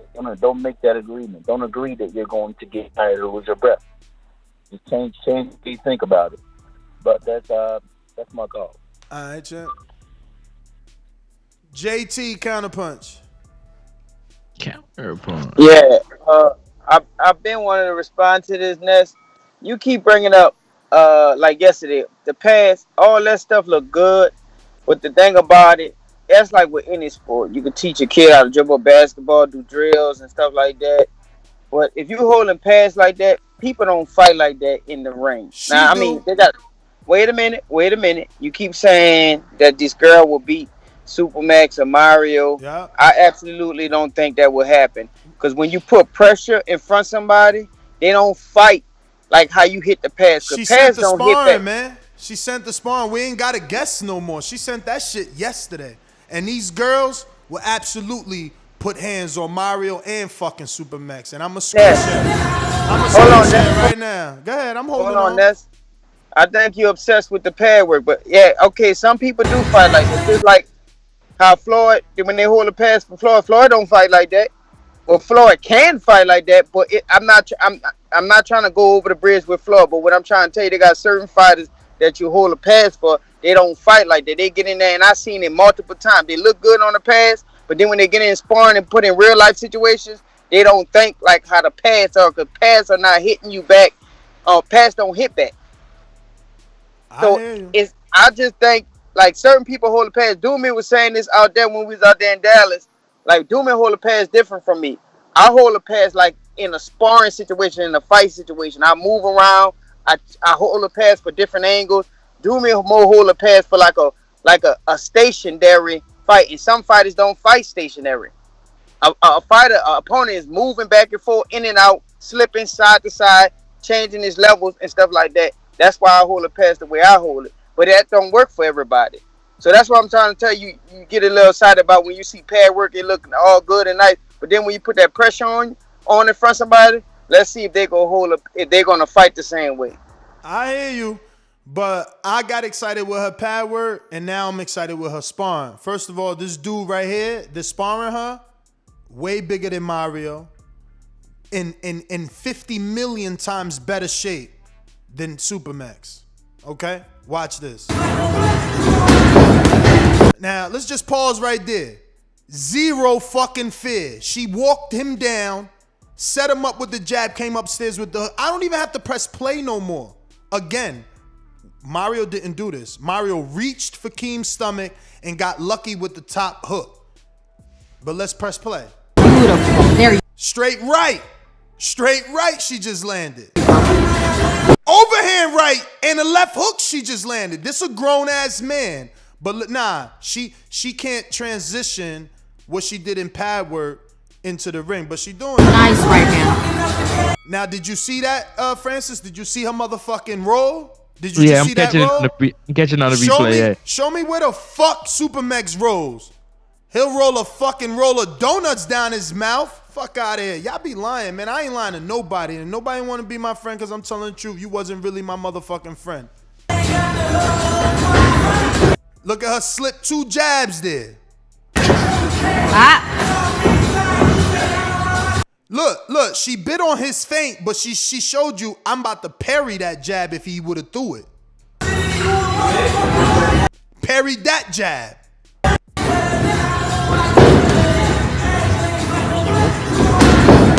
Come on, man. I'm done. Oh yeah, man. she moving. She parrying and moving. Man. High guard. Done, Yeah, she man. moving. What? I'm done, man. I'm done. Man. Yeah, Listen, she man. moving. Listen, man. I know talent, man. I know talent, and there's no disrespect to nobody. I'm not saying I'm good. I look like shit. You know what I'm saying? But that I could still criticize other people that look just as shitty as me. You know? And I know I'd knock her out. I can't say the same about Supermax and Mario. I'm just keeping it fucking real. Now, if Mario changes my opinion when he gets here and he's sparring, we'll see. But we got some little kids in that gym that's going to put hands on Mario. I'm telling you right the fuck now. They're going to put hands on I'm telling you right now. Jordan is how old? And he got hands put on him yesterday. So I don't know what y'all talking about. Boxing ain't got no age. It ain't got no gender. It's about skill. Your skill tells you. Thank you. Her ring generalship is A1 in this video. Thank you. Man, I'm just, whatever. People just hating. She beats you, Francis. Uh-oh, they really coming at you now. Yeah, of course you do. Look at her double jab and her feint. I'm with y'all. I don't want no smoke. I'm good. Yo, she translated them pads into that ring. Her. Exactly. The same double jab on the pad feint is what she was doing. Exactly. You was paying attention. So, like, her execution of what she's learned is high. Now, what they need to do is not stop being my friend, not block me, not say I'm a dick. Border Wars 10, March 13th, show me you better than her, because we got tape of her. I can't pull up nothing right now. I can't pull up a fight that look better than this, because Supermax took more shots versus Santiago than she just took in this sparring, and I can't pull up Patton. Because Mario, in his sparring, he got dropped, and in this fight, he got dropped. So, what am I lying about? You understand? I ain't lying about nothing. I ain't lying about nothing. They just don't like that motherfucking truth. The truth shall set you free. Keem in Florida, what up? Actually, Keem, you gotta wait. You gotta wait, Keem. We got that ring on the line. Hey, Keem, wait. Oh, shit. Get your ass in the ring and Ain't no swing, hard man. buttons. Boxing motherfucker like this. BoxingWords.com. Hey, Daddy. Boxing thinking man's game. This is Dollar Skill. Up here. You gotta be the out-thinker motherfucker. That's what BoxingWords.com.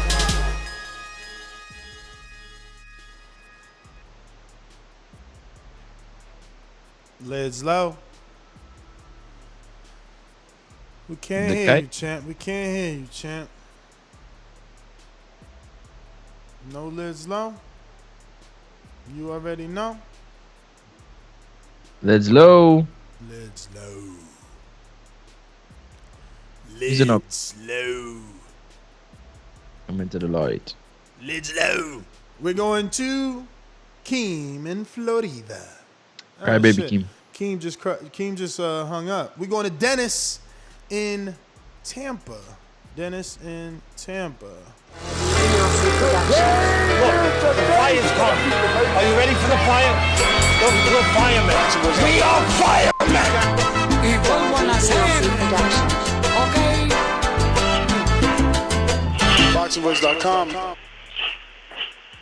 Hey, what's up, everybody? I'm looking forward to Border Wars. That guy's supposed to call you, Ness. That's the last communication I had with him. I'll leave it at that. He knows to call you. So check this out. When I think about, is there a WBC, not like Super Champ? I know there's in 168, like the WBA has a regular champ. Because let's say Charlo fights Benavidez, could it be for a belt? Because now we're in a time that people go on these YouTube channels to do fights, but is Charlo going to be willing to fight Benavidez for nothing other than recognition? Are they going to risk?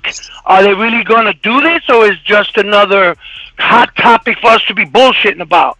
Because I was just wondering, because there's no WBA they're going to go to. Is there something in WBC that's like that? I know he's the regular champ at 160, but you'll follow what I'm saying. So at the end of the day, man, wouldn't it be nice if these things actually happen? Because if we look at Benavidez, he's not going to be free till what? September? And Charlo, when he's ready to fight now, who's Charlo going to fight now? Is he going to wait till September? So, yeah, maybe they fight. Wouldn't it be nice? All this other stuff. But realistically, when I look at the time that they're going to do this, when? June? I doubt it if he's fighting in March. But he being Benavidez. So when we talk about these things that will fight, I look at the timeline. You know, like when is it actually potentially going to happen? And will Charlo be willing to go up to 168 to fight a non-champion? Remember that he ain't got shit. He ain't offered nothing but I mean, according to Charlo, he said he'd do it and he'd put his own title on the line. We got Davidian. What up? Actually, Davidian, hold up. We got a pound for pound. And hopefully we don't lose my co-host now all of a sudden. Hopefully his service doesn't get crazy all of a sudden now and he's not available. The champ is here! The champ is here! Oops. What the fuck? What happened? What the fuck? I can't Is that how you do your pound for pound?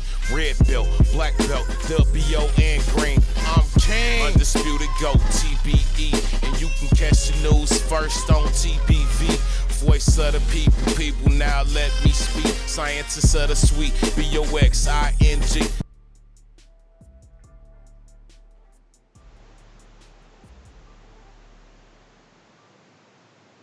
No stainless? You just listening? Because Francis talking about stainless need to pay his fees. He's saying y'all fight is official. I didn't know. Stainless just listening? I guess he in the gym. You always working. trying to paint your picture. I guess he in the gym working, man. You in the gym. Yo, listen, man. This is your monster you build up, man. This is your promoted monster I got to fight, man. I got to make sure I'm prepared, man. I'm not trying to get hurt. All right, well, he just listening, man. He making sure you ain't talking crazy. That's what he was doing. Davidian, Buffalo Falls. What up?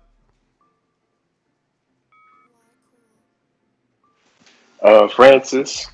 What's good? What's good? What's good? Yeah, great show. I love the interviews as usual. You know, I like the. I'm gonna keep my eye out on the prospect or the amateur or whatever. But I want to see the Benavidez versus Charlo. Like, I want to see it happen. That'd be a good fight. You know, I mean, they both talking like they want it, but I'm hoping we see, you know, it come into reality. So that's all I want to see. I really want to see it happen. Now all this getting on Instagram and talking, like, are you really going to do it though? You know, But other than that, great, you know, great show. Ness, the place looks nice. You know, sun is shining. Wish I was there. You know, I hate the cold, but yeah, great show. God bless y'all. All right, champ. All right, Davidian. Buffalo Falls. Yes, sir. He waiting for Francis to inspire him so he could join Border Wars as well, man. Don't worry. When the border open up, I'm gonna drive to Davidian in Buffalo and check him out. Yo, what up, man? Let's find a gym out here in Buffalo and let's go get some work. As soon as that border open up, man, me and Davidian gonna connect for sure. Yeah. So we'll connect through the airwaves. So that's it. Oh, Liz Low, let's try you again. Where Keem at? Keem didn't come back? Keem ain't come back, man. He heard you talking. He went to hit the bag. Liz Low. I'm that guy. Nothing. Lids Low. Something wrong with your headset, champ. Something wrong with your headset. Let me see if JT, you ain't got no counterpoint. You keep unmuting. But that's it. We out. Next GT on Instagram and Twitter. We are back at 2:15. Keith at 2:30. Plus, we got the flagship 7 o'clock. We're going to have Adam Blue Nose Lopez at 7:30. We're going to have Victor Morales at 8:30. We're going to have Ken Porter at 9 o'clock. Flagship show. Doomy will be on. Mario's off. Francis should be here. And maybe Enrique. Be here. Definitely be here. Maybe What? Enrique, who knows, man? That's GTO, Instagram and Twitter. Follow us on all forms of social media at The Boxing Voice to stay up to date with everything we doing. Trey, all you got to do is put quarters in your pocket. Trey said he wish he was a Border Wars heavyweight. He see a lot of tune-ups. Go ahead and put some quarters in your pocket, champ. You know what I'm saying? Yo, you already know what it is, people. It's Next Up Sports Talk. You can find me there personally on all social media. Also, be sure to go ahead and check out the weigh-in. A video is about to premiere of Jordan Isom, Errol Spence's best friend, speaking about Keith Thurman and his response on social media to Errol Spence. So you might want to check that out before 2:30 interview with Keith Thurman. Be sure to be here tonight because we're going to have a crazy lineup tonight of people, you know what I'm saying, in the house. So for a flagship show, you already know what it is, man. It's TBV all day long. You know what I'm saying? If you're not subscribed, if you're not a member, if you're not a Patreon, I don't know what you're doing. But definitely go ahead and smash that thumbs up button. Peace. Man. Catch y'all on the next one. What are you doing if you ain't doing that? Hold on. We got JT, Counterpunch.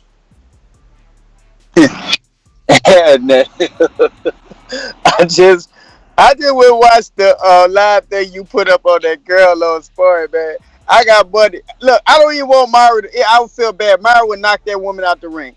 I watched the dude. Dude wasn't even touching her. So that's why she just came in. No, he was not.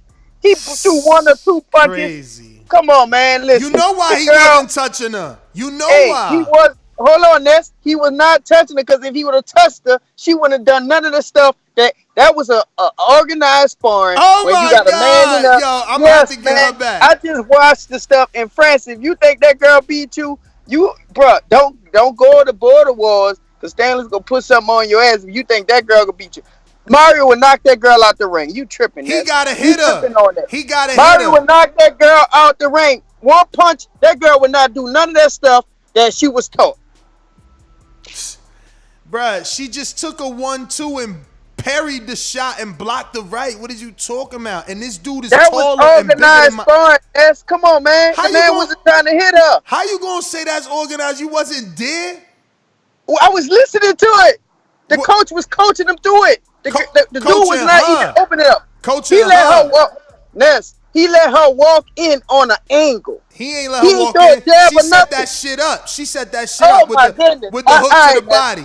I got you, brother. You selling it. But Mario that girl will forget everything she was taught if Mario hit that woman 1 time. Never. Okay. Never, man. Listen, she set that shit up. She walked in on him because she threw the jab to the body, came up top with the left hook, and even landed the overhand. I'm gonna have to share this shit again.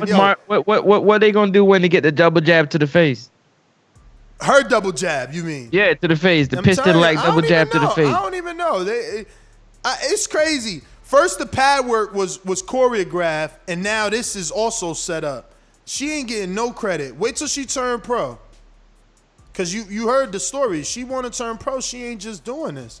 So, I don't know, man, but it don't look choreographed to me. I'm just keeping it real. I'm not playing it up. It don't look choreographed. I'm about to watch that shit again, but I'm over here. I ain't capping. I can't hit pads like she can, so I'm gonna keep it 100 now. Yeah. I ain't no fool, man. I'm gonna keep it like I don't look like that. Like that. I don't look like that on the pads, man. I don't look like that. Like hell no. She got rhythm and she breathing and moving like that was impressive. I don't give a damn what none of y'all say. Y'all cap it if you say otherwise, for sure. Who the fuck is Christian Fickens? Who the fuck is this?